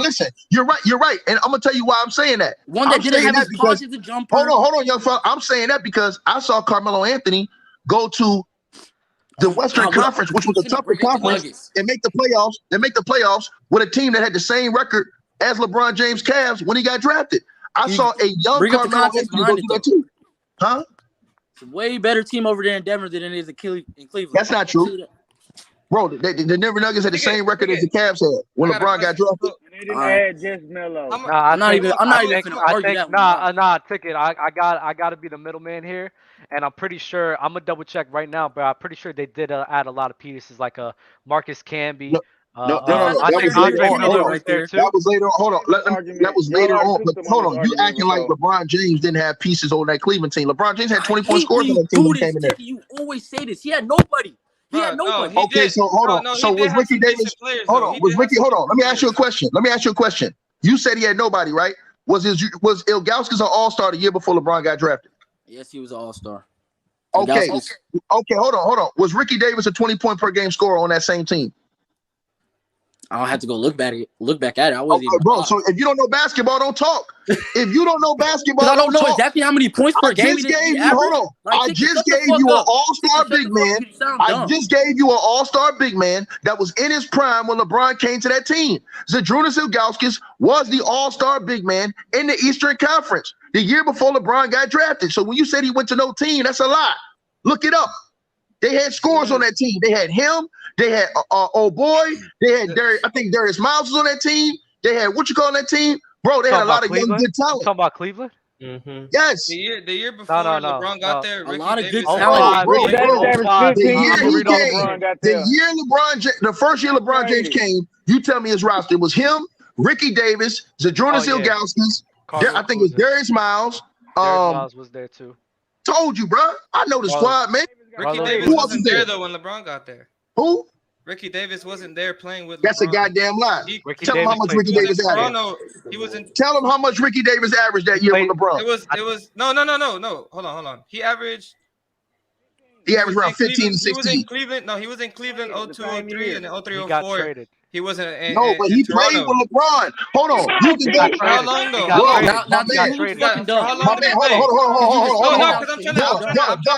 I'm not saying that you're wrong, but I'll put money right now that you can pull up the video with him playing with LeBron James games. No, I'm not saying he didn't. I'm not saying he didn't, but I'm asking how many games did he play with Lebron? Look it up. It's on there. Hold on. Look it up. He played 22. But Ticket, I was right. He played 30 games. Hold on. Let me say something. Go ahead, Gabe. Hold on. The year Ticket is right. The year before LeBron got there, he averaged 20. Ricky Davis averaged 20.6 points. He's right. And Ilgauskas was an all-star, right? And Ilgauskas was an all-star. Yes. Okay, let's go. So that first of all, that's more than what Melo went to. Melo didn't go to a team who had an all-star and a dude averaging 20 on that team. So cut the crap. It's y'all easy to beat. Damn. Well, listen. Headshot, Dub. Headshot, Mars. Hey, Mars. All these dudes that be talking this stuff. Mars, what that respect about you, bro? That's stupid. You said what? The whole year. That's what I said. Bro, I said that. Hold on, my man. And he's still Okay, so who he got traded for? Hold on. Hey, Mad Max, who he got traded for? Who he got traded for? Let me see. Who he got traded for? Cause see, I'm finna come back and cook you now. Since you want to do all that yapping, I'm gonna come in. Since you want to yap a lot, I'm gonna come cook you. So, hey, Mad Max. So was Carlos Boozer averaging the double-double with LeBron James? Was he not one of the up-and-coming best big men in the NBA at that time? Carlos Boozer. Y'all easy to beat. Yes. Was he with him? The same Carlos Boozer that signed that mega deal and went over to the Utah Jazz and was terrorizing the NBA with Darren Williams, who they was calling one of the best point guards in the game. If not, it was him and Chris Paul going head-to-head. But see, you guys are too young to remember that. I'll cook. Was he on the team? Did he play with LeBron James or not a year? 75 games. Yes. Carlos Boozer. That he was averaging double-double, right? 15 and 11. So where's all these scrubs at? Now you go tell me the person who was averaging that with Melo when he first came in. I'll wait. Put the Jeopardy music on. I'll wait. Mars, these dudes easy to beat. This fight is fixed, man. This fight is fixed. What does Melo have to do with this? I probably missed it. No. I said that because he said, listen, my man, I said that I thought Kobe could have made the playoffs one of those 2 years. The year that LeBron James missed the playoffs by one game, I think Kobe could have made the playoffs that year because there was Boston in front of him. They had a losing record. You're right. But that's all I said. I thought in the Nuggets and Carmelo's rookie year, right? You had Andre Miller who was 15 and 6, right? Nene who was 11 and 6 rebounds, right? Vashawn Leonard who was 14. He got 14, and then Marcus Camby where he had 10 rebounds, 8 points, but he's more of a defensive guy. I think we all know. No, I'm saying, right, but and Earl Boykins. So who was averaging double figures on Melo's team? No. So nobody averaged double like Carlos Boozer. But you did have 1, 2, 3, 4 other guys to average double figures, and how many did LeBron have? And the defense is like Marcus Camby. So and how many did LeBron have? We got to take. Hold on. How many did LeBron have? How many did LeBron have? Let me tell you. We got to take Ricky Davis out because he got traded. So that 42 games. Hold on. He played. So take the guys out who played less than 42 games for Melo too. So then it's Carlos Boozer and did he say 22? That's it. No, I'm saying take the other guys out who played less than 42 games for Carmelo too. Yep. So then Jeff McInnes and then Ricky Davis is out. It's just Carlos Boozer and Ilgauskas, and that's it. No, I'm saying take the guys from Carmelo's team who play less than 40 games too. If you're taking Ricky Davis out, they all played more than 40. They all played more than 40. Okay, so look. So he had who you said he averaged Melo averaged 20. Melo averaged 20. Miller averaged 14. Right. They averaged 11. Rashawn Leonard averaged 14. Earl Boykins had 10, and Marcus Camby had 10, 1.2 steals, 2.6 blocks, and then 8 points. But we all know he was mainly a defensive guy. Yes. Yeah, defense. So him averaging 8 points is actually pretty good from a defensive guy. Right. And how many games did that team win the year before? It wasn't the same collection of guys. Yeah, Who was left over? Didn't y'all have this argument already? Hold on, The only person in that starting lineup was Nene, and that's it. Right, it was Nene. That was the only person that was left over, right? That was the only person from the year before, and then the next year it was just Nene, and then they got a whole different collection of guys. Yeah, it was a different team. Oh, and Marcus Camby, but Marcus Camby that year he only played 29 games and only started. Okay, so we X Marcus Camby out. That was the year before, he's saying, because he was hurt. That was the year before. So that year. He's talking about the year before. So in 2003, before Melo got there, Marcus Camby played 29 games, only started 9 of them. Nene was the only guy in that starting lineup that played a substantial amount of time from 2003 and 2004 when Melo got there. So yes, I see your point where LeBron did have people on his team, but Melo did have in my opinion, a better collection. He had a better collection of guys on the Denver Nuggets. Okay. All right. Larry Who's not on. Are you gonna argue that though, Tiki? Is it not valid? My man, did I just sit right here and say okay? That's why I was just asking a question. I just want to know if you gonna still argue that dumb shit you were saying about Kobe. Man, it's not nothing dumb, bro. What the fuck are you talking about? It is dumb. Hold on. It is dumb because you guys disrespect. Hold on. You guys disrespect Bean. But no LeBron James hold on. LeBron's had the most help in NBA history, but Kobe Bryant still got 5 world championships. No, he didn't. Hold on. Kobe still has 5, and LeBron's trying to chase the Kobe's. He's trying to chase Kobe's 5 in year 20. LeBron James. Hold on. LeBron James. He was winning. Hold on, my man. I'm gonna say this to you, right? LeBron James has had the most trades in NBA history. The man's had over 100 trades on his watch and counting. On his watch. No other player in NBA history has came close. Then look at this. How many All-Stars? Hold on. Let me ask you a question. The years that Kobe and Shaq was winning championships, right? And you can ask Mars this. Mm-hmm. How many other Hall of Famers were on that team? Probably none.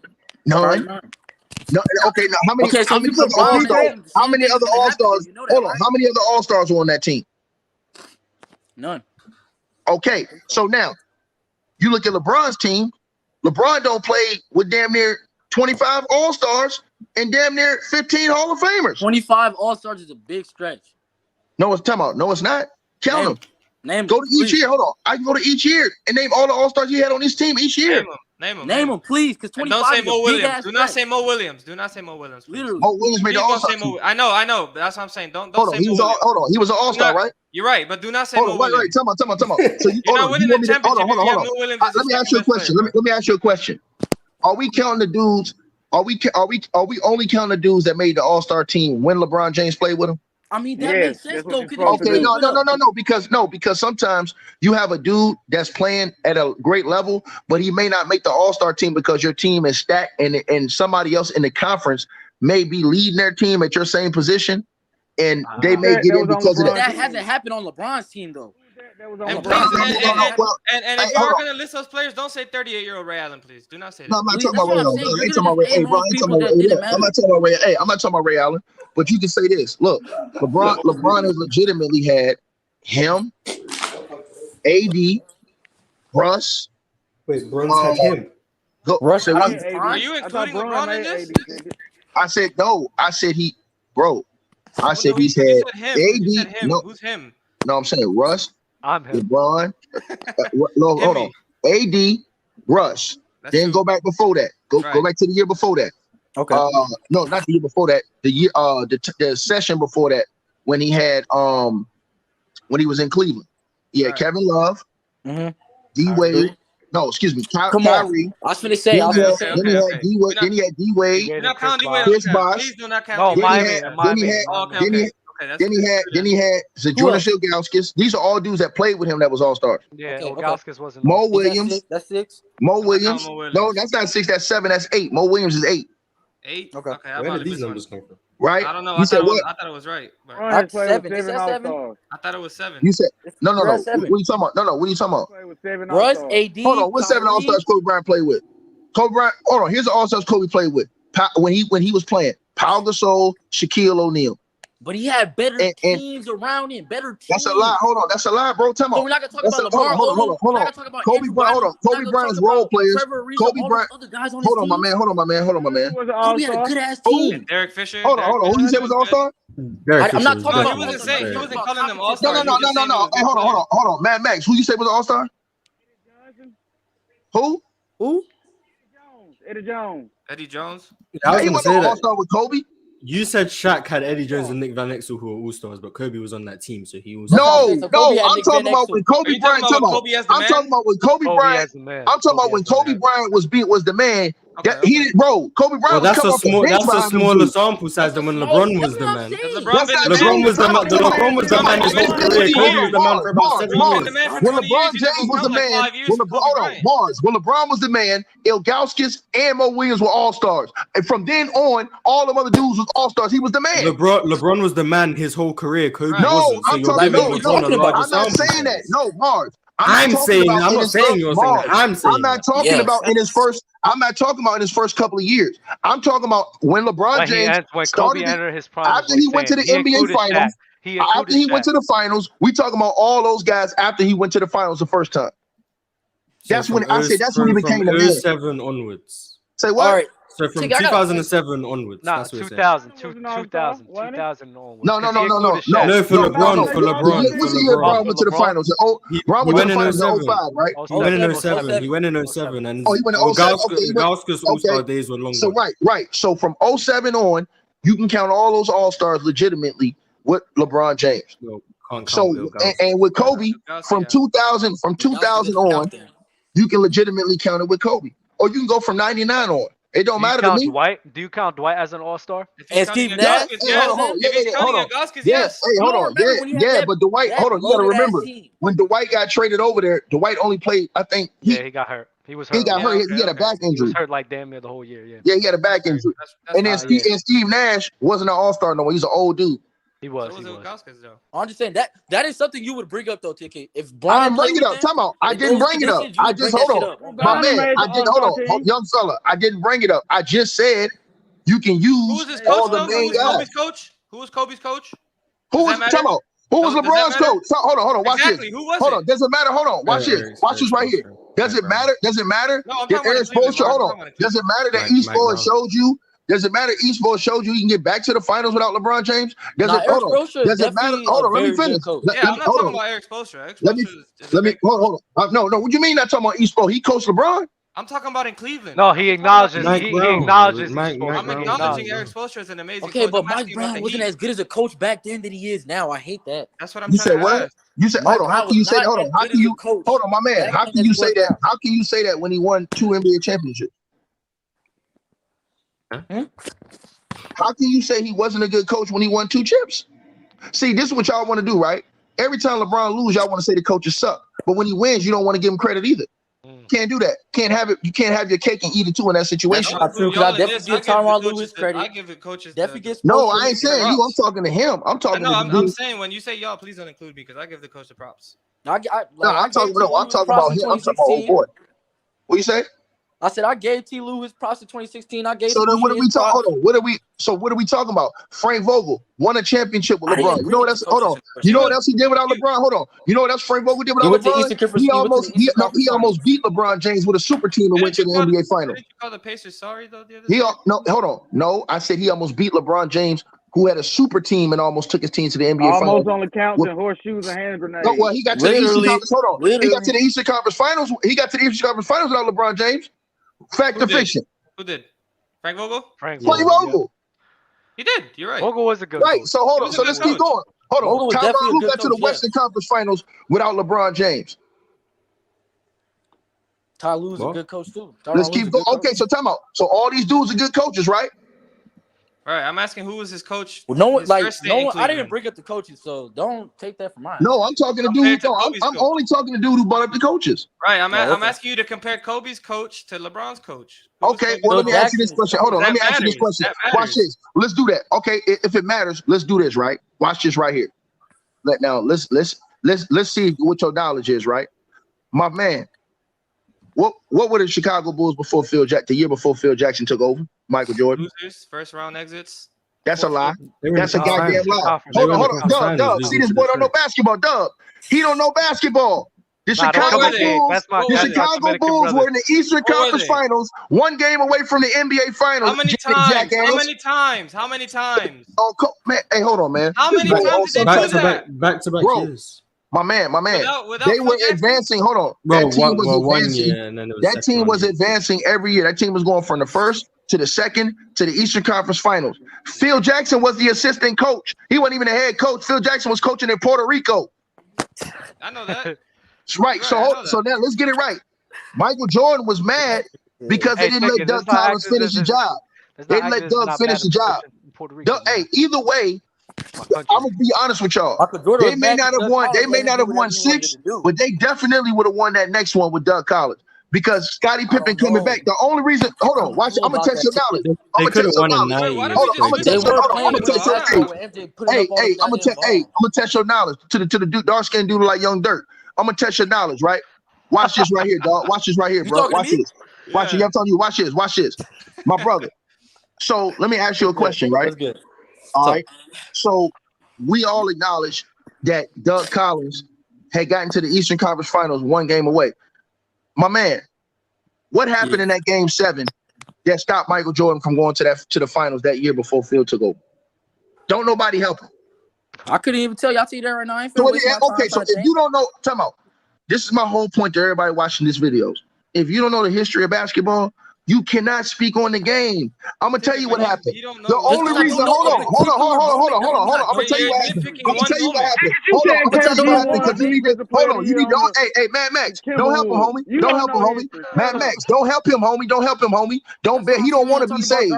Mad Max, he don't want to be saved. Now watch this. The only reason why Mike and them didn't get over the Pistons and get to the finals that year is because punk ass Scottie Pippen copped out of game 7 acting like he was sick. So cut the shit. That's the only reason why they lost that game. No, it wasn't about that. No. It had nothing to do with that. Hold on, Slim. It had nothing to do with that. If you knew about the series, hold on. If you knew about the series, that's why Mike and Scottie got into a beat to this day, bro. Oh, because Mike exposed all of that stuff in The Last Dance. Yeah, I remember that story from The Last Dance. Right. So what I'm saying to you is this: without Phil Jackson, if Scottie Pippen punk ass would have just played, they would have went to the NBA Finals the year before they smoked the Pistons the next year.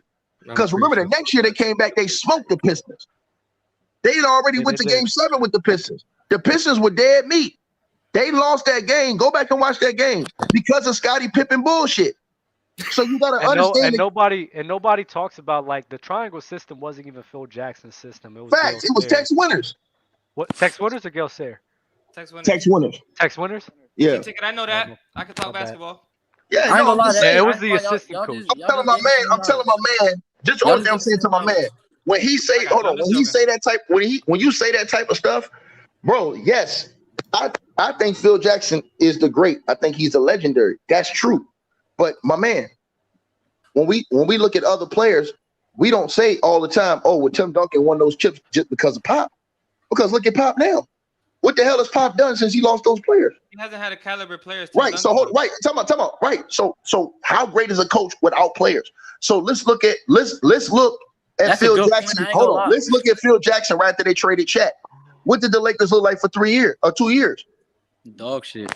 Right. So, but that Phil Jackson was coaching them. What was the That's difference? Yeah, you got a point right there. So what I'm right. So what I'm saying to you is that you could be the greatest coach in the world. If you ain't got the players, it don't mean a damn thing. So let me give you one more example, right? They do have the players. Steve Kerr. Watch this. What happened when Steve Kerr, what happened that year? Did Steve Kerr get sick or hurt or something that year that Fluke Walton took over? What happened that year? He had back surgery. He had back surgery. And Fluke Walton won like what, 20 straight games, right? Yeah. And that clown got a head coaching job. Listen, he won 20 straight games and got 2 head coaching jobs based off of him winning those 20 games with KD on the team, bro. That's ridiculous. Yeah, we saw what happened now. It just goes to show you what happens when you got players, bro. We're gonna go ahead, man. Hold on, dude. Mm-hmm. Y'all lied about Dwight Howard. He played 76 games with Kobe. Really? Yeah, no, we didn't say he didn't. We said during that season. Y'all said Dwight was out most of the year. No, you got to understand what we saying. We're not saying that, Max. We're not saying that, homie. Hey, homie, what we saying is, my G, is that during that season, when you look at Dwight during that season, Dwight was not the same because he had back surgery. He had a back problem. Yeah, he wasn't. He was still 17 and 12. No, but you're not hearing me. He was nowhere near like what Dwight was coming from Orlando. Yeah, you had to watch it. He wasn't the same player. If you watch Dwight from Orlando, he was apologizing. No. But Mad Max, listen. He was apologizing for how bad he was playing to the Laker fans because he said that he wasn't supposed to for ball hogging. Ball hogging? What you talking about? He was mad at Kobe. That's not no. He was not mad at Kobe. Hold on. Watch this. How can he be mad at Kobe? Mad Max, let me ask you a question. How can he be mad at Kobe? Oh, let me ask you a question. This question. Kobe did everything to get that team. Hey, Dub, watch how I eat to him right now, Mars. How can he be mad at Kobe when Kobe Bryant took him back and got him to the playoffs? Tore his Achilles when he tore his Achilles. Hold on. When he tore his Achilles, Kobe went out. What happened to Dwight in that series against the Spurs? Hold on, I'm asking you. Since Dwight Howard was mad about Kobe ball hogging, I'm gonna ask you 2 questions. Why he gets swept when Kobe Bryant missed the series? If he was mad since Kobe's done now, the problem's done. Why he gets swept? And then hold on, no. But he's supposed to be an all-time great. So hold on. So let me ask you the second question. Hold on. Let me ask you the second question. Hold on. Let me ask you one more question. This question really gonna eat you. Who is known as one of the most? Hold on. Let me ask you a question, bro. Hold on. Let me ask you a question. Who was one of the most unselfish point guards in NBA history? Was it Steve Nash? Yeah, I knew. So why the hell was Steve Nash cussing Dwight Howard out that whole season? Now you go Google that and look it up why Steve Nash had beef with Dwight Howard that whole season in LA. You look it up. If you never heard Steve Nash have beef, you never heard Steve Nash have beef with no player. He had beef with Dwight that whole season. Now you look it up. Google it right now. And you know why he had beef with Dwight? Because Dwight Howard was crying for the ball, but he wasn't even coming up setting good screens. He was bullshit. So Steve Nash was jumping on his ass. So when you want to talk about Kobe ball hogging, that's bullshit because Steve Nash, who was the point guard. I didn't say that. Dwight said that. Dwight didn't do. Hold on.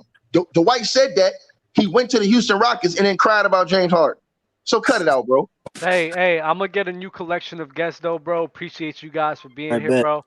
Drop socials in the private chat, please, my boy bro. Ticket. Y'all know what's up. You come in here, you get ready to take the court, right? Ticket, you more than free to stay if you like, bro. Yeah, I'm staying. We running dudes off the court. We running niggas off the court. All right, this Mars. open gym, right? We running dudes off the court. Running your ass off the court. Hey, y'all be. Yeah, hey, nigga, you ain't cooked, nigga. You can't cook rice or roni, nigga. Get your ass out of here.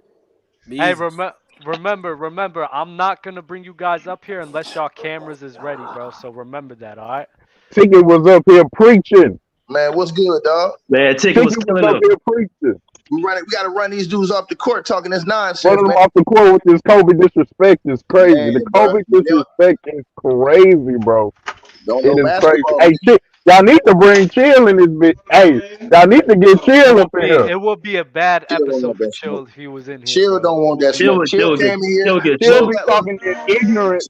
Y'all be letting Chill get away talking this ignorance, bro. Yeah, hey, look, Chill know that all these little trolls Chill know all these trolls hating in the comment section, right? So what Chill do is he'll tell a lie. Everybody agree with him, think he telling the truth. Chill told the biggest lie about Akeem, and then when you fact check Chill, everything he said was a lie. But everybody cheering him on in the comment section. Chill having Kobe number 11, and if you look at his top 10 list, it's not even like where's the logic in it? How can you say Hakeem is better than Kobe? How can you from what aspect? Because sometimes he wants to argue peak, then sometimes he wants to argue longevity. What is it? How in NBA history than Kobe Bryant? If we looking from a career aspect, the only argument these Kobe haters even have, truthfully, is the MVP argument. Other than that, there's no argument that he's not definitively top 10. You look at, he has the rings, he has the solo accomplishments, better solo accomplishments than most people even give him credit for. 9-time first team all defensive guard, most in history, tied with Jordan. He has the all-star appearances. He has the playoff resume.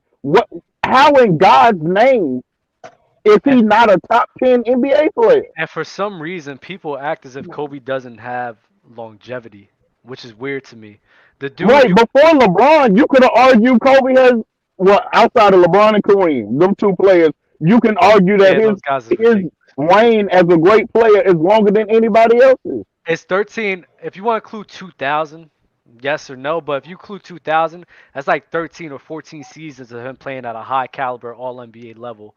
So I don't know how a guy who's played 13 or 14 seasons at an all NBA level, who's a two-way threat, one of the greatest scorers we've ever seen, a great perimeter defender as well. It's just ridiculous to sit here and say that he's a top 5 or top 3 player of all time. He has the longevity, he has a skill, he has a defense, he has the championships. Do you really value MVPs that much that you're not that much that you won't put him in the top 5 category? Hey, Dub, this is the problem. This is the problem though, because Kobe is one of the only players that during his peak, his team was not good. So if you look from like, okay, I would consider his peak kind of as that 05-06 season. He was playing with everybody considers Kwame Brown the biggest bust in NBA history. That was his starting center.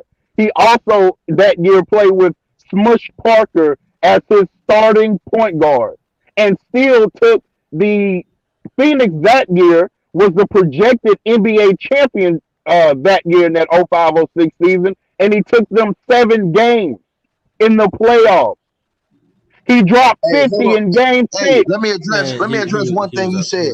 First of all, the biggest bust Kobe ever played Mars, bro, this is my thing. Because we give LeBron all this credit when he loses to great teams, which fine. That cool. When LeBron even just stole that one game off the Warriors in 18, it was big hoopla. But we don't give Kobe credit for getting 3 on a far superior team that he was playing. You can get credit. He was up 3-1 and lost. They shouldn't have even been up 3-1. That's fine if they shouldn't have been. They shouldn't have even been up 3-1. And LeBron James been swept. And LeBron James been swept multiple times, and y'all still praise him for it. So cut it out. I've never praised anyone. Well, okay. We'll sit down on it then. We'll sit on it then. No, I'll just say he was up 3-1 and lost. That's Mars never said that, but. Nah, he just said something. Mars be saying that little slick, disrespectful stuff. I hear him. It's not disrespectful to say that they were up 3-1 and they lost. That's not disrespect. Yeah, you know what you're doing when you're saying that though. See, you don't never. I'm gonna tell you something about this. He don't never point out no stats that make Shaq look bad. I can do a whole lot. Shaq's been swept in the playoffs 6 times. I'm aware of that. I can point that out. You said what? Shaq's been swept. Yeah, why you don't never acknowledge that out loud until you get called out on it? Because no one's ever spoke about the playoff series where Shaq's got swept. They just spoke about the Phoenix Suns series, so I spoke about the fact they were up 3-1 and lost. If someone spoke about the times where Shaq was getting swept by the Jazz, I'll say he got swept. So that's irrelevant. I'm not going to bring it up randomly. The reason I brought up Kobe blowing the 3-1 lead is because they spoke about the series in which Kobe blew a 3-1 lead. So I spoke about it because it was relevant.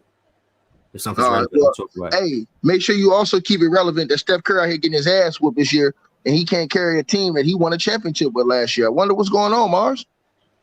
I've already explained to you what's happening. Yeah, a lot of excuses, right? You won't get those same excuses to Bean, though. Nope. West Houston, I never said the Lakers were a good team. No. I'm just saying. You just keep taking notes. Steph Curry's out here playing at an all-world level, and they're last place in the play-in. They're one game. They're about to be out of the play-in. So if Steph Curry misses the playoffs this year, I hope you're gonna come on here and barbecue his ass too, Mars. Okay. All right. Plus people also underrate Kobe's playoff runs with Shaq because Shaq won the Finals MVPs when it has been documented that once they got to the finals, Phil Jackson was basically demanding that the main key of these offenses, the offense runs through Shaq. Here is Kobe's playoff numbers during the championship runs: 2000, 21, 4-4. 2001, he was 29, 7-6. 2002, he's 26, 5-5. Like, bro, like niggas be trying to act like Kobe was just on this Shaq, just not doing nothing, and Shaq doing everything. He was 1B to Shaq's 1A. Well, you just got to understand that when you got to the finals, the East had weak big men. So obviously you're going to play through Shaq because Shaq had a major advantage because all of the big men he was contending against were in the West.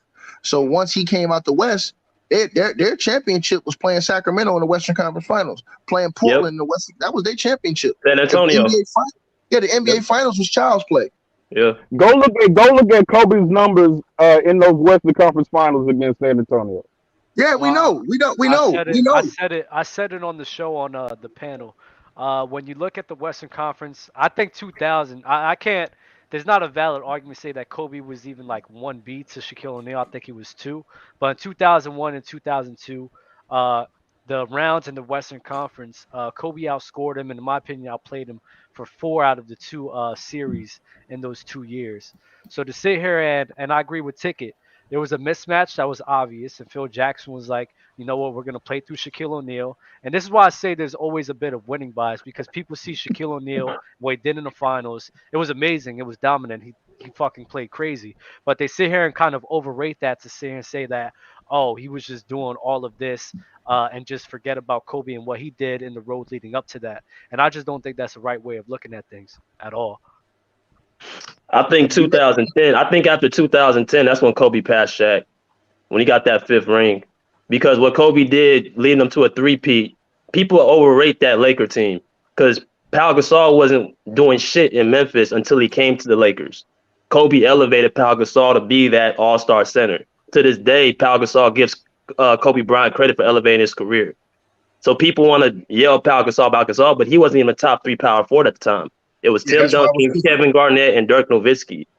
BJ, that's why I was cooking Chill. Chill set up here and told that a lot of time about Pau Gasol was a top 5 big man in the league at that time. He got that a lot.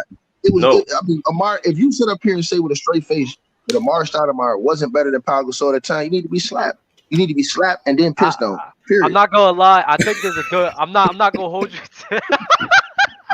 I'm dead serious, bro. I'm not playing. You need to be slapped and then pissed on, bro. Stop. I'm dead serious, bro. There's no way you can say that. There's no way you can say that with a straight face, bro. The second part, you said, nah, bro. Pissed on? That's wild. Yes, bro. That's how they do you. That's how they do you in the streets when you low down dirty. When you low down dirty bad, that's when they after you don't want to slap down, then dudes just the ultimate disrespect. You feel what I'm saying, bro? I know what you're I don't even think Pau Gasol's a top 75 player. Oh well, he didn't make it. I know he should if he didn't make it. That's the only thing I'm saying. I can argue he is, but I'm gonna say this to you, right? It was so bad, bro. What Chill did. Chill, he was borderline scumbag material for me to do that. Because when you look at that whole situation, bro, there's no way in the world that you can tell me that he was better than Tim Duncan, Dirk Nowitzki, Amari Stoudemire, Chris Bosh, who was leading his own team with the Toronto Raptors and actually winning playoff games. So that's where I'll give you, right? I'll give you the Chris Bosh. I think Amari Stoudemire. Hold on, don't do it because watch this, Dub. Before you say Dub, before you say it, mm-hmm. I want everybody to remember this is the same Amari Stoudemire that was murdering Tim Duncan. He was giving Tim Duncan 40. Bro, hold on, talk about in his prime. I ain't talking about no. He was giving Tim Duncan 40. He murdered Pau Gasol in that same time. He destroyed both of them dudes. So don't tell me that Pau was better than him when he dismantled both of those dudes. He dismantled. Nah, Amar was going wild. Amar I couldn't believe he was doing Tim Duncan like that. Amar was going wild, especially on Tim Duncan. But when Amar Stoudemire is great, and this ain't where you shit on him. But I think when it comes to like Amar Stoudemire and Paul Gasol, I think it's like damn near each other. Bro, and it just goes on what you value because stop doing that, bro. Amar Stoudemire, you can't lie that Amar the same way Kobe Bryant benefited from. I mean, Paul Gasol benefited from Kobe Bryant. Amar Stoudemire did benefit from Steve Nash. But after Steve Nash, he still After Steve Nash, he was still putting up 25. He was still good, 100%. No. He was in the MVP race in 2010.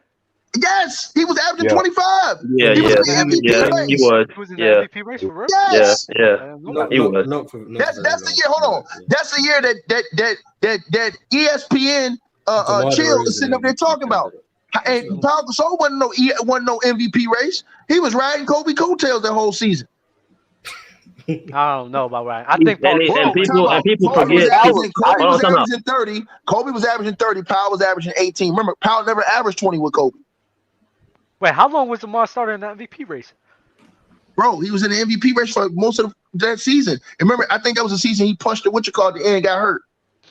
Bro, Amar Stoudemire was averaging 25 that season with the Knicks, bro. He was murdering everything. I get it, but when I look at them as players, I bro, think don't do it. Don't do it, bro. No. Listen. Let me explain, don't right? Do that, man. If you want to pick Amar Stoudemire due to the playoff performances, no, I ain't talking about that. I'm talking about all across. I'm talking about all through the season. No, it's I'm talking about all through the season. Hold on, bro. Hold on. You can't say it's not close, bro. Pau Gasol could never do. And let me tell you the proof. When he went against KG in the finals, KG smoked this dude. He smoked him in that first finals. He had to wait till Bynum got back to be able to put up some type of fight. Amari Stoudemire went against Tim Duncan and the rest of them big men they had and just demolished them dudes. He was the difference. He completely wiped them cats out. If you tell me that Powell could do that at the same time, I got you. But Powell, and then he destroyed Powell. That's the thing. He killed Pau Gasol. So that kills everything else. You kind of convincing me. I'm not, because I was a little bit on the fence. I think they damn near each other. No, you can't be near. You can't be near me if I'm in the MVP race and you ain't, bro. Sorry. He said, he didn't say top 5 power forward. He said top 5 big, which includes centers. So if you go top 5 big, by that time Dwight, it was Dwight, Dirk, KG, Duncan. And then he was arguable for that 5th spot, but you still had Yao, you still had Chris Bosh, you still had Carlos Boozer was still putting up numbers at that time. So you could argue him in that 5th spot, but he wasn't definitively top 5 like whoever this is, Cookie. I respect whoever that is just talking right there. He know basketball. Bro, like he just said, bro. Chill put him over Dwight. How the hell you put him over the dude who took the team to the finals? He didn't put him over Dwight. I don't think. Yes, he did. Yes, he did. Yeah, he did. Yes, he did. Yes. Yeah. I told you that boy is on. That man, listen, cocaine is a hell of a drug. Yo, Dwight Howard took his own team to the NBA Finals, bro. How is Pau Gasol better than the dude who led his team to the finals? Answer that question. That's who they was playing in the finals.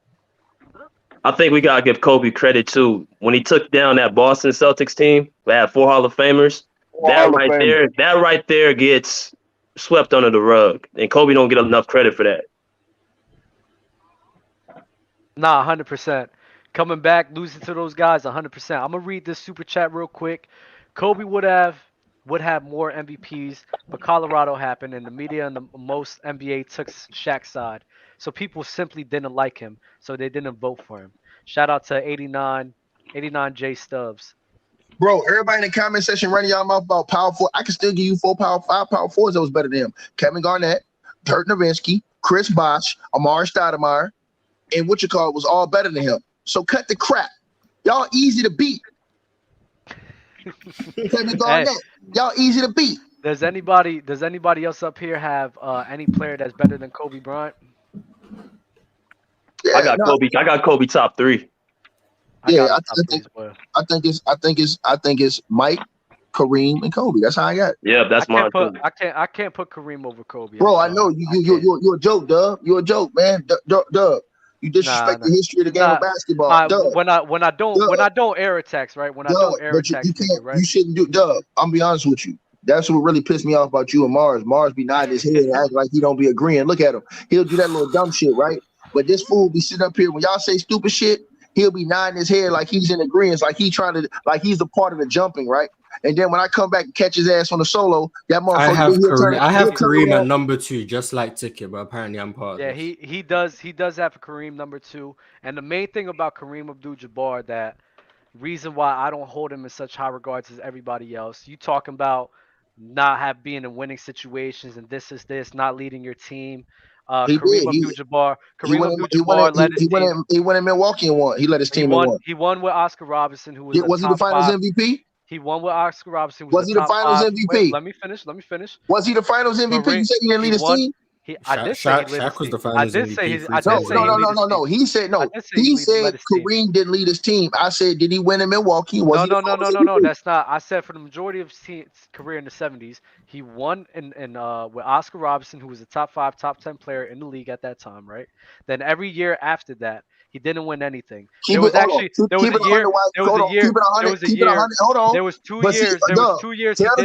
playoffs. Tell the truth why, Dub. The league was smaller. That's why it's easy for you to say he was a top 5 player in the league. The league was more condensed. It was smaller. Mm-hmm.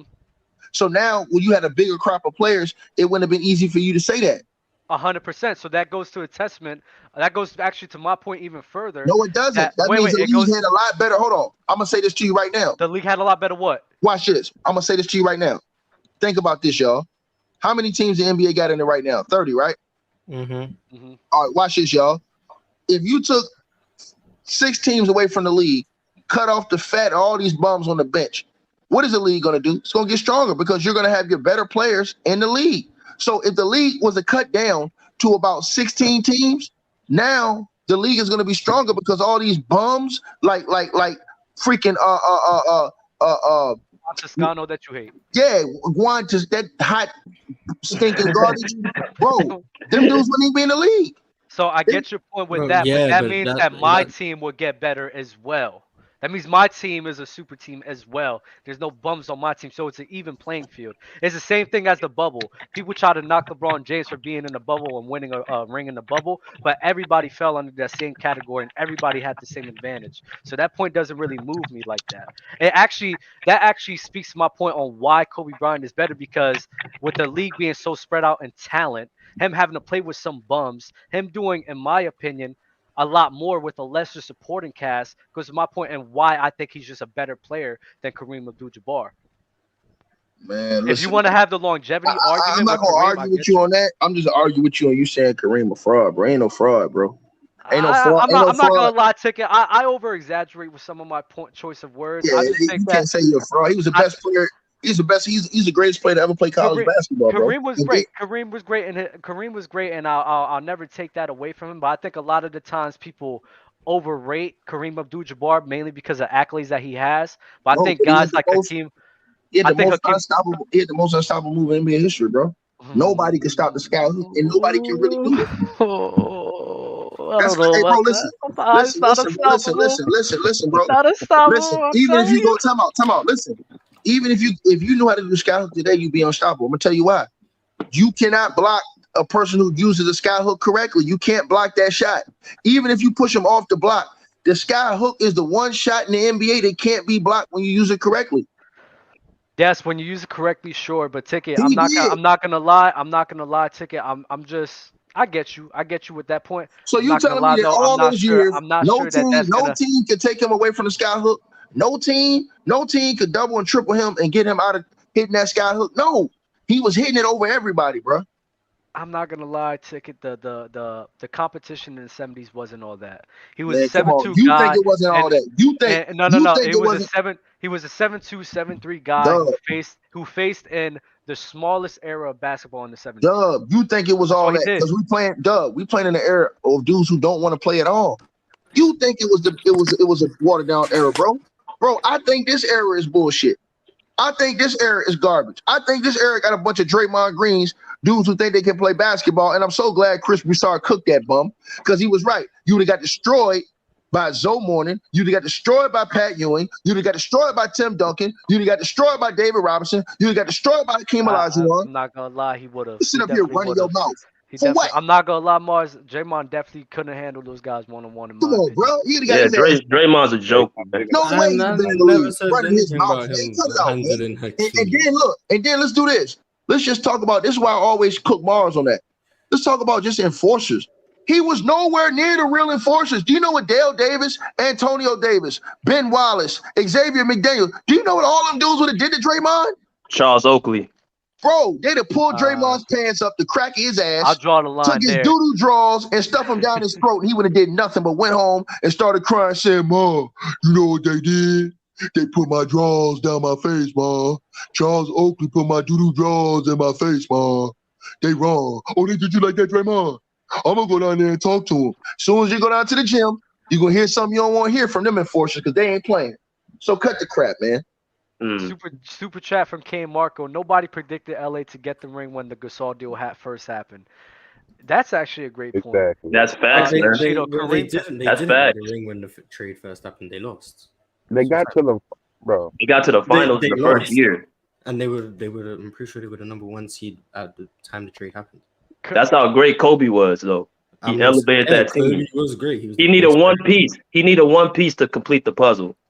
Yeah, they were the number 1 seed. No one predicted them to win the title, and then they didn't win the title.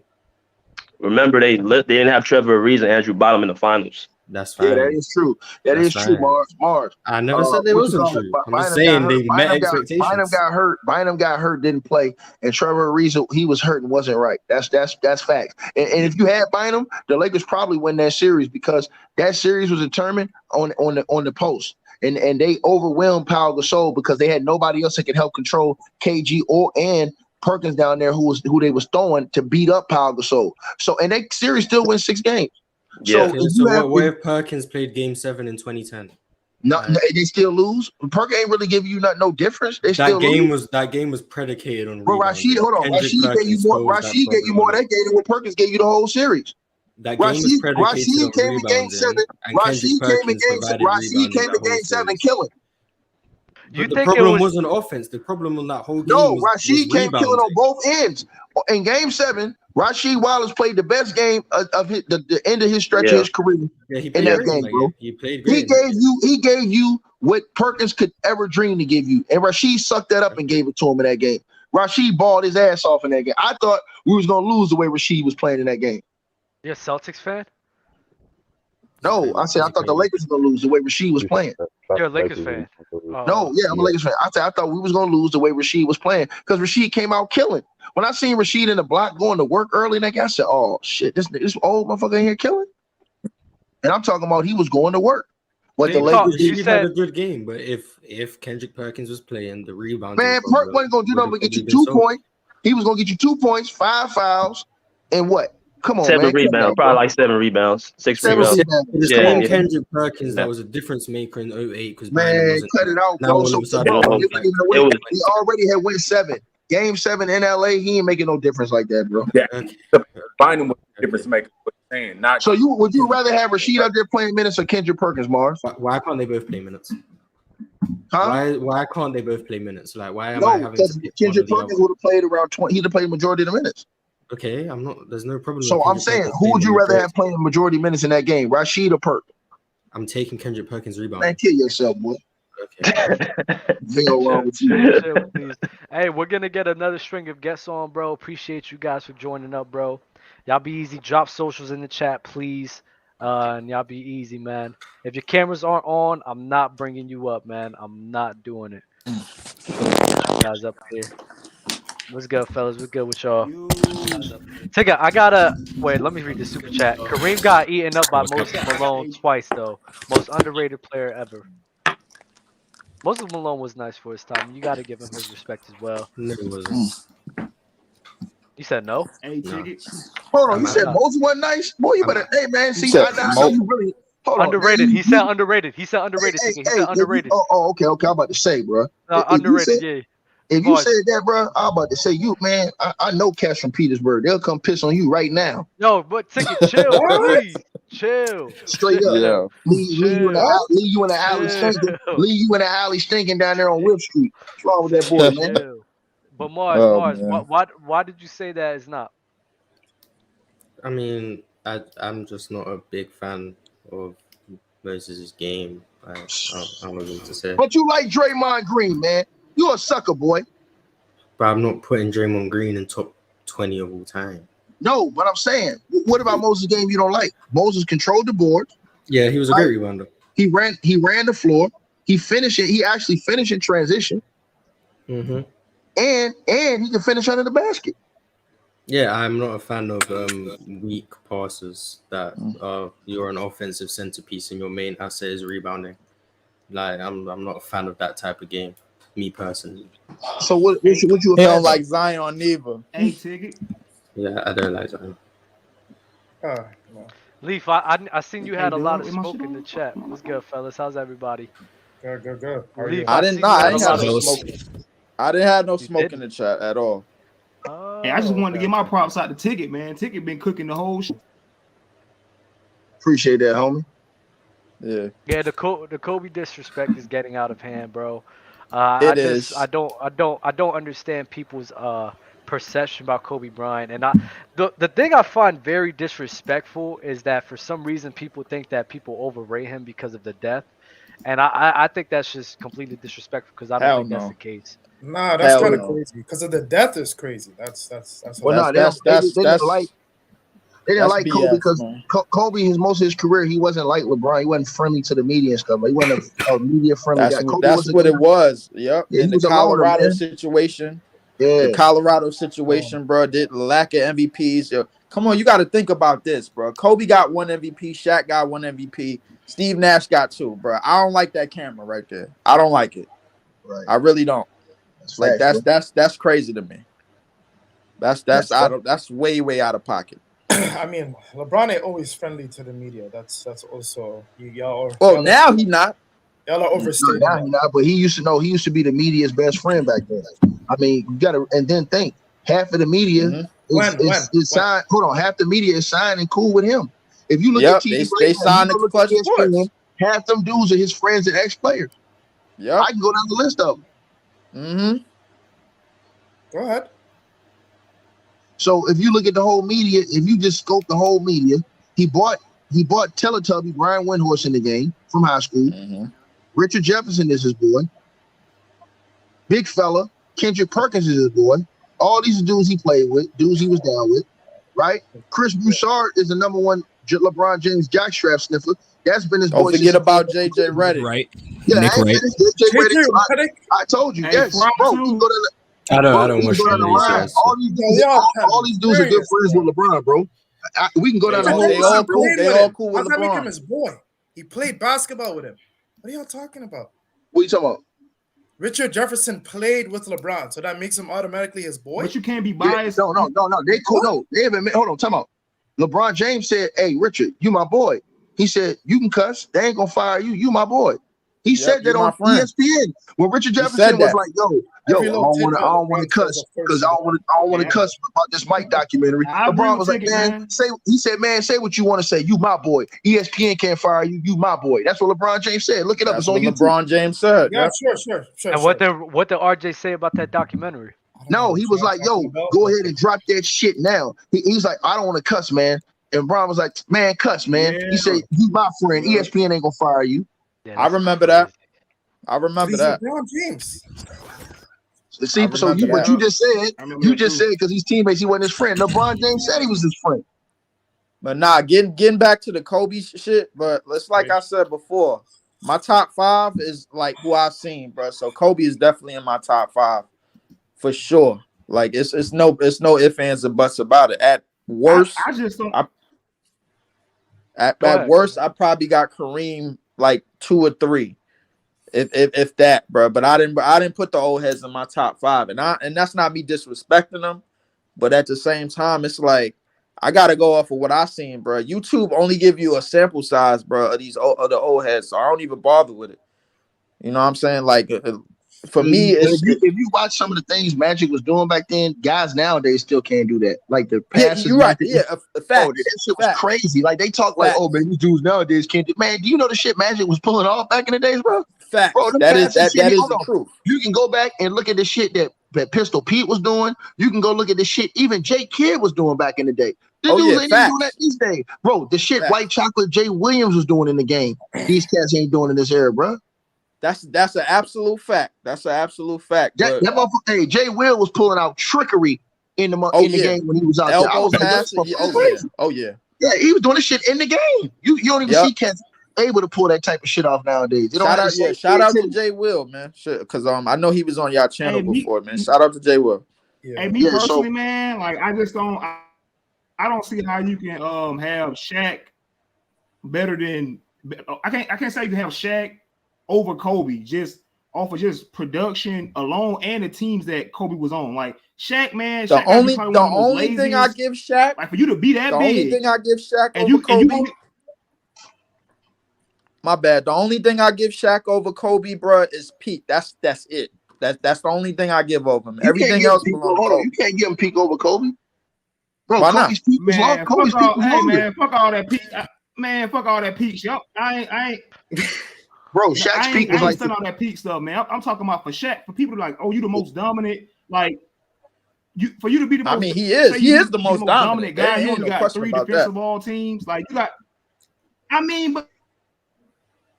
Come on, what that is on the defensive side, though. You know what I'm saying? You expect him to come through the NBA, and Kevin Garnett got more blocks than you. He got more rebounds than you. Tim Duncan, more blocks or rebounds. Like, how you just dominant? These guys are performing on the defensive side better than you. Ain't no way Kevin Garnett should have more rebounds than you all time. More defensive teams than you all time. Hey, I'm gonna give y'all a perfect example. Kobe dealing with the same type of stuff that Giannis is dealing with right now. Giannis should be number 1 in the MVP race, right? Based off the fact that if we look at the truth, and this is how the voters used to screw over Kobe Bryant too, because they didn't like him. But if you look at the facts, right? Giannis Antetokounmpo was missing his second best player for all but 3 games this season, right? And Middleton, right? Bro, the Bucks were still in second place behind only the Boston Celtics. Don't forget about Drew Holiday. The Celtics, that's why I said debatably, like Drew Holiday Holiday missed games too, but watch this. The Celtics have him and Jaylen Brown, and they have a very good team around him who played most of the games. They're only 1 or 2 games ahead of the Bucks. How the hell is Jason Tatum leading the MVP vote when Giannis has his team right there and his second best player wasn't even around for most of the I don't know, man. It's real. You can look at his numbers. I think it's more rebounds, more assists, more rebounds, more assists, more blocks, and damn near the same points. And to add on to that ticket, there's something that was said yesterday. I'm like, Giannis is number 2 spot, 30 points, 12 rebounds, and like 6 assists. And Tatum is 31, 9, and 5. I'm like, wait a minute, something wrong here. Like, yeah, watch this. It's real, bro. It's crazy. Watch this. Here's where this correlates, right? So when LeBron James won his other MVP in 2009, right? Kobe should have won it in 2010. You know why Kobe should have won it in 2010? Because he won a chip in 29, and he had his team right back there in 2010. But they gave it back to LeBron James, who won 60 games and lost and flamed out again. Then wait. LeBron won like back to back. He won an 09. Yeah, he won. Kobe should have won it in 010. Definitely, because he had already won the chip in 09. LeBron failed that season when they won 66 games. Then LeBron came back and won 60 games. Kobe and them won 60-some games too, if I'm not mistaken. Or damn near. And look at Kobe's numbers. I gotta see the voting. I gotta see the voting, bro. I don't remember that year. I gotta ask you a question, 2010. Man. 2010, bro. You said 09, 2010? No, nigga, hold on. 2000, the second year LeBron James won MVP at the back-to-back in Cleveland. That was 09, 010, right? That was 2009, 2010. Bro, the 2010 was the year that Kobe Bryant went and won the second championship. Yeah. When they beat up Boston. Big shit. We got Big Ox in the building. Oh, yep. Yes, there you go. Big Ox shit. There you go. Bobby, What's good with Hey, it? Ticket, man. What I you gotta gotta ask you say, a bro? question, man. Go I ahead, gotta dog. get this off my chest. I gotta get this off my chest, man. Hey, Uh-huh. Ticket. I agree with you, bro. Bro, 98%. I agree with you on most everything you be saying, man. And it's like I gotta ask you this question, like, because I done heard Mark. Like he said, Allen Iverson would be a top 5 player today at this moment. Who Like said that? when Allen Iverson was going, like you know what I'm saying, his peak balling 2000. Mars said he wouldn't be a top 5 player today, and that's like I got a disagreement with that because I feel like Allen Iverson would be a top 5 player Bro, today. Mars got on. Right now, Hey, Mars got on. Listen, Mars got on Pampers. Listen, to me, if Jason top Tatum 5 right now, it would be. Bro, listen. If Jason Tatum is top 5 right now, Mars do not understand the impact AI had on basketball court, bro. Bro, AI took 2 dudes that averaged 11 points and went to the NBA Finals. And listen, in an era where they played defense, it was hand checking. If you put AI in his prime, in this era where they could not hand check him and stop him from getting to the basket, and then remember, they outlawed the crossover because AI, his crossover was so lethal, it was unstoppable. They outlawed the crossover. They took the crossover out of the game, right? They took it out of the game because of AI. It was so sick, nobody could stop the dude. So even after the crossover, the dude won an MVP. He was winning scoring titles. Listen, bro, if you would have put him in this era where the game was more wide open, easier to get to the rack, refs calling more fouls when you get to the rack, more free throws, man, AI would, man, this shit wouldn't even been funny what he would have been doing. They talk about Ja Morant, bro. Allen Iverson easily had one of the most trashiest teams ever, bro. You had Aaron McKee averaging 11 and 5. You had Eric Snow averaging 9 and 7. The best person he probably had was Mutombo. You know what I'm saying? It was Mutombo, averaging 11 and 12. Like you gotta think about like and Allen Iverson beat some good teams going to that. That's finals. why I said, listen. The Indiana team with Reggie Miller, O'Neal, Rose. He beat a Toronto team. Bo, come on, dude. Like, bro, only dudes like Mars who don't know the history of the game will disrespect a guy like Allen Iverson. Bro, if you ask any dude, if you ask any pro that play NBA basketball about Allen Iverson, they'll say Mars is a goddamn fool and he don't know shit about basketball. And AI basically ushered in this. AI is basically this era, bro. He basically this era. That's why. Listen, I had an argument with somebody yesterday, and I said this. I do give Steph that he's passed AI all time on the all-time ranking, but I'm gonna say this, and I'm gonna say it again. Yeah. Steph Curry could not have carried that same team AI carried to the finals, and I'm gonna tell you why. Bro, Steph Curry averaged 32 and led the league in scoring 2 years ago. He couldn't even get to the playoff. Steph Curry is out here having his best season of his NBA career this year. Bro, so wait, it wasn't zone defenses back then neither. Hold on, ticket. Is Allen Iverson better than? What you talking about? Zone defense? It was. What you talking about? It was. It's not now. What are you talking about? In 01, I'm talking about in 01 when he went. They added in the 02. They added zone defenses. No. But I'm saying, but teams were still teams. Hold on. You didn't have to have people. You didn't have to really have that because you had better rim protectors back then. You had better enforcers at the rim. You had better shot blockers. Yeah. So that really didn't matter. You had all the top shot blockers in the world were playing back then when AI was playing, bro. They sent the help on the team. They sent the help every time. Allen Iverson got a game off one of the best teams. He got a game on one of the best teams ever in NBA history. The best duo in NBA history. Some people gonna have Jordan and Pippen as the best duo, but I got Shaq and Kobe Bryant as the best duo. Shaq and Kobe. It's Shaq and Kobe for sure. You can't listen to Mars because listen, he just set up here. Whoa, give me a second. Whoa, give me a second. Like you think about Allen Iverson got a game on them. That Lakers team beat what team it was? They beat the Sacramento Kings out 4-0. Blazers. They beat the Spurs team 4-0. Yeah, they beat Portland. They beat the Trailblazers team who had Sabonis, Scottie Pippen, Scottie Meyer, Stevens. Like, come on, man, he swept them dudes. But you can't. Rasheed Wallace, but Allen Iverson get a game on you with that bum ass team. Stop with the games, bro. Stop with the games. But listen, dog, my whole point that was some big dog shit he did. My whole point is this, dog. When you look at it, I'm looking at Steph Curry right now. He's playing the greatest season he's ever played. Bro, if it was no play-in, they'd be out of the playoffs completely. The golden fake Warriors, bro. They're in That's the what we last. call Listen, them, bro. they're in the last play-in slot Who now. calls them that? The team that got I do. golden. I never heard that. I do. The golden fake Warriors. The team that got 4 Yup. times in 8 years, right? Yeah. Don't matter. Hey, chat, throw them W's up for Trey, man. Man, I W didn't know Trey. Throw them, yay. It doesn't matter. Doesn't. So wait, ticket. Champs are fake. How is that? Bobby, I gotta ask you this, bro. You came in with some heat on your chest, bro. What you gotta say, bro? Nah, I was trying to get on just back when Ticket was talking that crazy shit about Kendrick Perkins not being there and not really affecting the finals. Like that's crazy.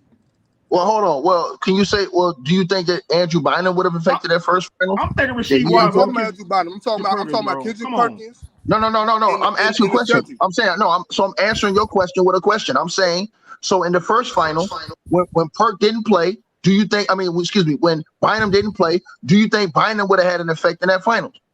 Yeah, I think so for sure. Okay. So Bynum played in the last finals, right? And who didn't? Okay, hold on. Right, Perk didn't play for one game.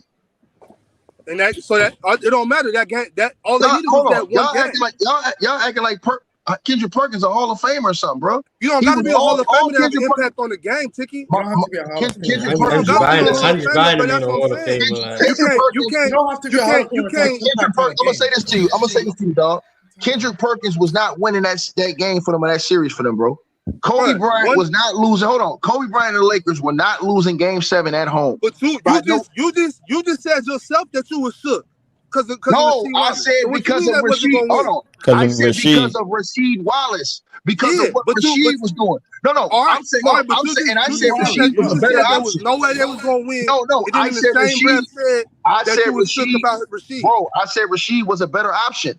To me, Rasheed was a way better option in that game than Kendrick Perkins because Rasheed gave you both. He could give you defense in the post, and he gave you offense.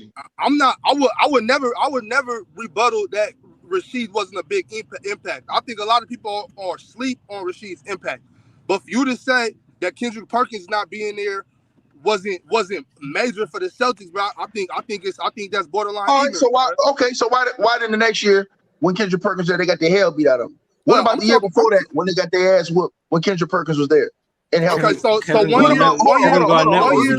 keep going. What about when Kendrick Perkins went to OKC and KD said if your bum ass would have stepped up and did something, we would have won?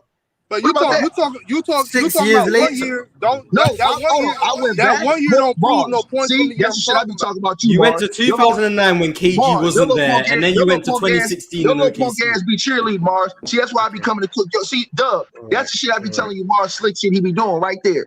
Why did the Celtics lose in 09? Caught your ass in traffic. Like I said, the Celtics was getting their ass whooped after that with Kendrick Perkins. They got their ass whooped the year before that with Kendrick Perkins. So cut it out. But in Game 7, hold a ticket. Let me let you know this real quick. In Game 7, right? In Game 7, Kendrick Perkins wasn't there. Rasheed Wallace was there.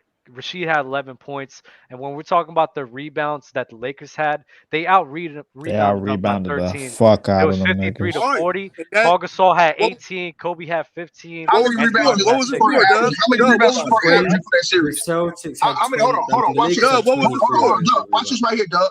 What was? Hold on, Doug. What was the score? The score in that game, it was. Yeah, Lakers won by 4. It was 83 to 49. So, Tiki, what are you talking about? Hold on. What was Perk averaging during that series?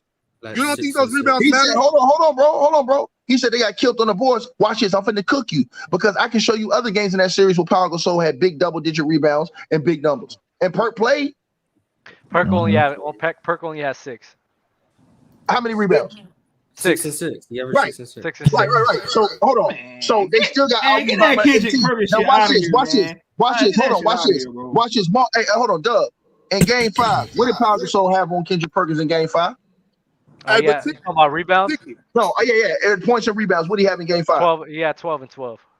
So 12 rebounds in Game 5, right? Yeah, Game 5. Yeah. And what did Perk have? Yeah, this is Game 5. And what did Perk? Hold on, Tiki. You play. Let me answer. Hold on, Perk Tiki. has I know Perk you a has hooper, 7 and Tiki. 4. I know you a KD hooper. has So I know you Hold on, bro. Hold on. This is the all-world dude you said would have changed the series. What did Perk have? Nah, but let me get my point off. No. But let him answer the question. Let him answer the question because you know you finna get easy. He had 7 points and what? 4. He had 4 rebounds. Oh wait, no, 7 rebounds and 4 points. 7 rebounds and 4 points. Wow, you want a cookie? I don't get how having an extra rebounder is all of a sudden not a big deal. Bro, that team was Box already doesn't matter, right? that team, bro, that's still a better team. It's like if you're not scoring all of a sudden. What Kendrick Perkins did. Rashid gave you more in the game he played in that one game than Perk was giving you the whole goddamn series, man. And I'm saying you don't have to pick between one or the other to play. They can both play. So man, I'd rather have Rashid because Rashid's a better Rashid can defend the post just as well, and he's a better offensive.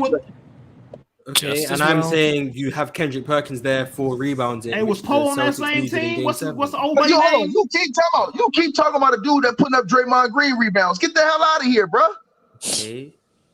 That man had Draymond Green rebound. He had what, 6-7 rebounds for the 6 rebounds for the series? Get out I think of here, I think the Celtics lost because they didn't have the bench that they had in 08. That's why. That's why they lost. That's why they lost. Give you 5-6 rebounds. Get the hell. That man had 7 points and 4 rebounds. This man sit up here crying, talking about they were missing Perkins. Man, get the hell out of here. You the same type of dude that'll sit up here with your shitty draws and say, "Oh, but the Golden State Warriors are missing Gary Payton III, and they're missing Otto Porter Jr." But you supposed to have Steph Curry. Get down and shut the hell up, Mars. I haven't said anything about Gary Payton II wasn't a big loss. They should have paid him. They should have paid him. Just because they should have paid Gary Payton II. No. They got the babyface assassin. No excuses. They got the babyface assassin. they have an amazing superstar doesn't mean they need the role players. They have time out. They have Steph Curry, Wiggins, $200 million man. Klay Thompson. What else? Looney Tunes. What else you need? They bench is sorry this year. I ain't gonna lie to you. Curry need more help. He needs more help. They bench is sorry. He needs more help to can't play the whole game. Steph Curry needs more help to be out of the 10th seed. Get the hell out of here, nigga. He need more help. He need. Get this. The great Stephen Curry needs Gary Payton II and goddamn Otto Porter not to be the 10th seed.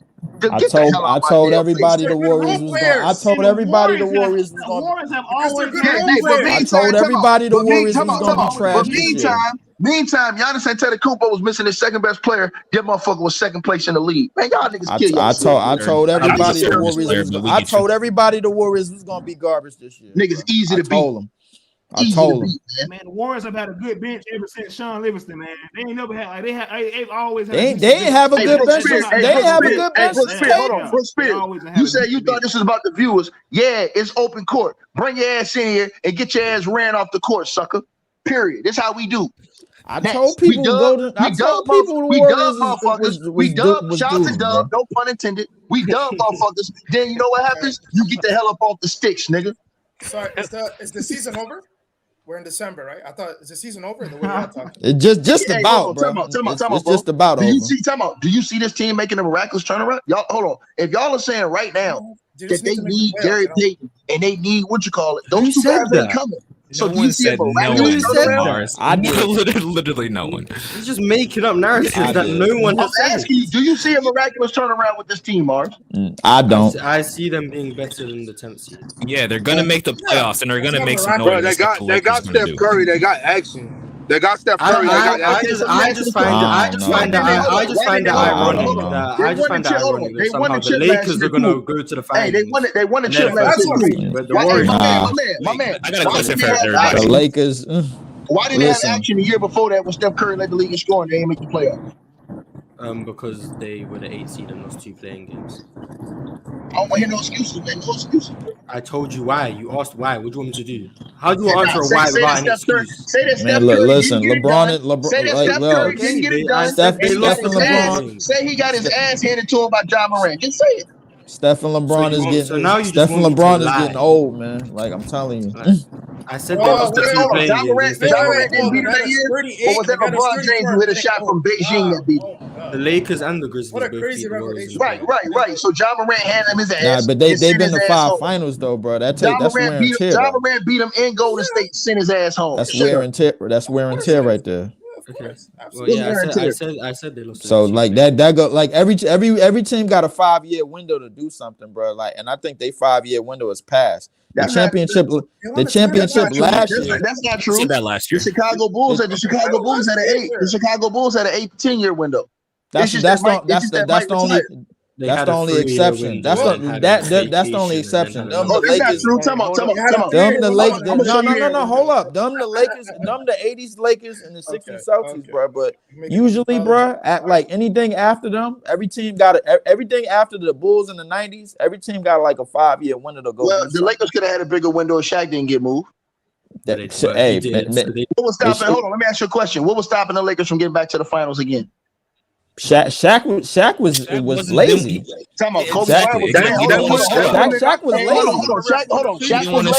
Hold on. Shaq was lazy, and Kobe Bryant was taking over. He was the man. But Shaq still got another championship with D Wade. Yeah, he did. Right. So what make you think? Hold on. So what make you think Kobe and Shaq wouldn't have went back to more finals after that? Yo, the Lakers finals after that. After the year they lost to the Pistons, what make you think they wouldn't have got back to the finals and they would have kept Kobe and Shaq? If they would have kept Kobe and Shaq, I don't know. Listen, that's hard to say. That's hard to predict. Ticket, bro. Like, hold on, time out. No, it's not. Hold on. If you go by y'all's, hold on. If you go by Mars logic, I'm not going by nobody logic. That's hard to predict. Explain my logic. Bro, Shaq's the most dominant player in the game, according to a lot of y'all. Right? Okay. That was only the next year. They had just went to the 4 straight finals. What would have stopped them? Because like Kobe said, if Shaq would have just stayed in shape, they'd have won 10 championships. But like Kobe said, what would have stopped them from going back? That's too big of an if. Shaq didn't win a chip. Shaq didn't win a chip the first year in Miami. He won it the second year in Miami. Second year, Right. So what would have stopped him and Kobe from continuously going to finals? And then remember, even after that, Kobe Bryant was still leading his team to the NBA finals. So if he would have had Shaq, let's say Kobe would have just took over and been the reins and Shaq would have been the sidekick, they still would have been going to the NBA finals all those years. I think if that would have happened, the Lakers team would have had to get younger too, bro. Like, because they always they always put the right pieces around them from year to year. They did. Every year the Lakers shuffle pieces and kept pieces around Kobe and Shaq that was gonna help them get back to the dance. But were the Lakers supposed to go to the finals in 2002? Were they the best team? Yo, Bob, come on, Bobby. Did they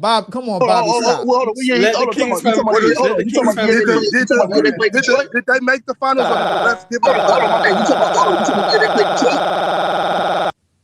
What is that? Hey, hold on. You talking about the year they played Detroit?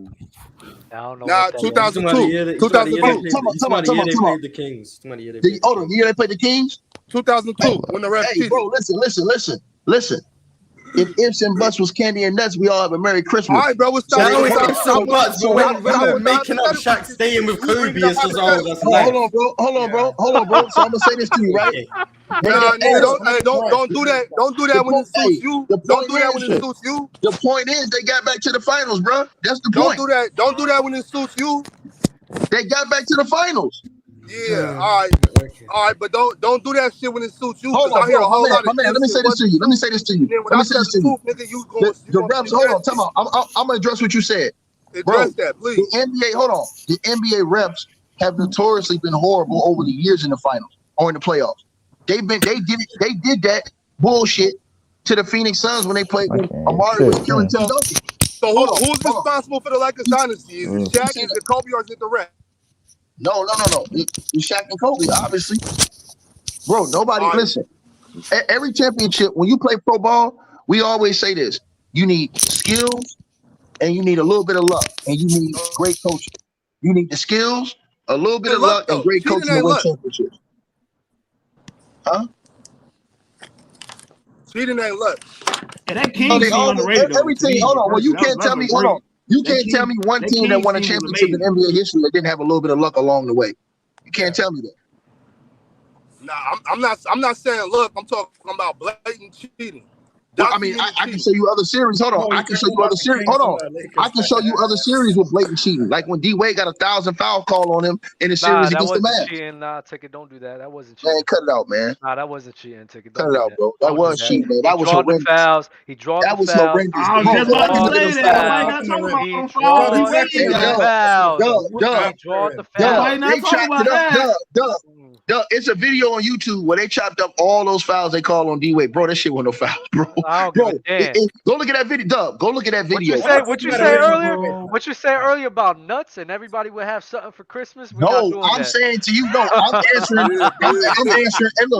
I'm answering Bob's question. I'm answering Bob's question when he was talking about the refs. I'm telling you, I can point to many series in the NBA, in the playoffs, and the finals where the refs have legitimately screwed over a series. But guess what? The great teams play through it. The great teams, the best. Yes, you can. Talk about. We always hold on. I'm gonna say this to you. We always have a rule in professional basketball. The referees can't block your jump shot, so they cannot block you from putting the ball in the basket. See, let me tell you something. You say all that stuff about the Sacramento Kings. What about when Pedro Stojakovic was wide open in the corner, had a chance to end the game and shot an air ball? Okay, but what about? No. Stay right there. Hold on. Big Bob. What about when Pedro Stojakovic was wide open in the corner? This is a 44% three-point shooter, wide open to win the game, and the nigga shot an air ball. Okay, but what about the 20+ free throw disparity in the fourth quarter? I'm gonna say it to you one more time. What about that? I'm gonna repeat myself to you one last time. You don't got to repeat yourself. I heard you the first time. The Sacramento Kings had the ball. They had a chance to win the series. Mike Bibby kicks it out to Pedro Stojakovic, who's a knockdown three-point shooter, hands down, one of the best in the NBA. The man shot an air ball wide open in the corner. I think that shows how much better we were than the Lakers. What? Yes. Then he shot an air ball. Yes, we were that much better than the Lakers that we got robbed the whole fourth quarter, and still should have won the game. That's not robbed, homie. That's not robbed. That's not. He came up small, man. They came up small in those moments, man. And then Chris Webber. Hold on, fellas. Listen. We at the 2.5 hour mark, bro. We gotta end the show here, though. You guys been cooking this whole time. Ticket, appreciate you for joining along and joining in the madness, Open court, man. Came in here with y'all cooking, dude. Ain't nobody loud or wrong in the comment section. Bring your ass. I'll come in here next week.Ring your monkey ass. Anybody that want it, you can get it. Y'all heard it here first. Hold on. I need some more. Hold on. And since y'all say hold on, since y'all in the chat room, saying loud and wrong, since y'all in the chat. Hold on. Since y'all in the chat room saying loud and wrong, we'll do this next week. Why don't y'all come in the live chat? 3 hours. Bring your money. Hold on. Bring your money. Put your money in Dubs or Mars Cash App, and we'll come in here and I'll prove that I'm lying with facts. So all that shit Chilltown was saying that y'all was cheerleading when he said that Hakeem was in year 11, even though he was in year 10. But y'all got mad at me when I said Robert Horry was a rookie, even though he was in year 2. Y'all got mad at me for that, but you didn't get mad at him when he said that Hakeem was in year 11, but Hakeem was in year 10. Plus, that lying ass dude said that team was together for a very, very long time when it was only 2 players that was on that team for more than 2 years. Hey, yo, Dub. Dub, I appreciate you letting me get on the show, bro. I'll fuck with y'all show. Next time, I'm gonna get on earlier because I need some more ticket. I'm not finna keep listening to ticket. Y'all heard it. Hold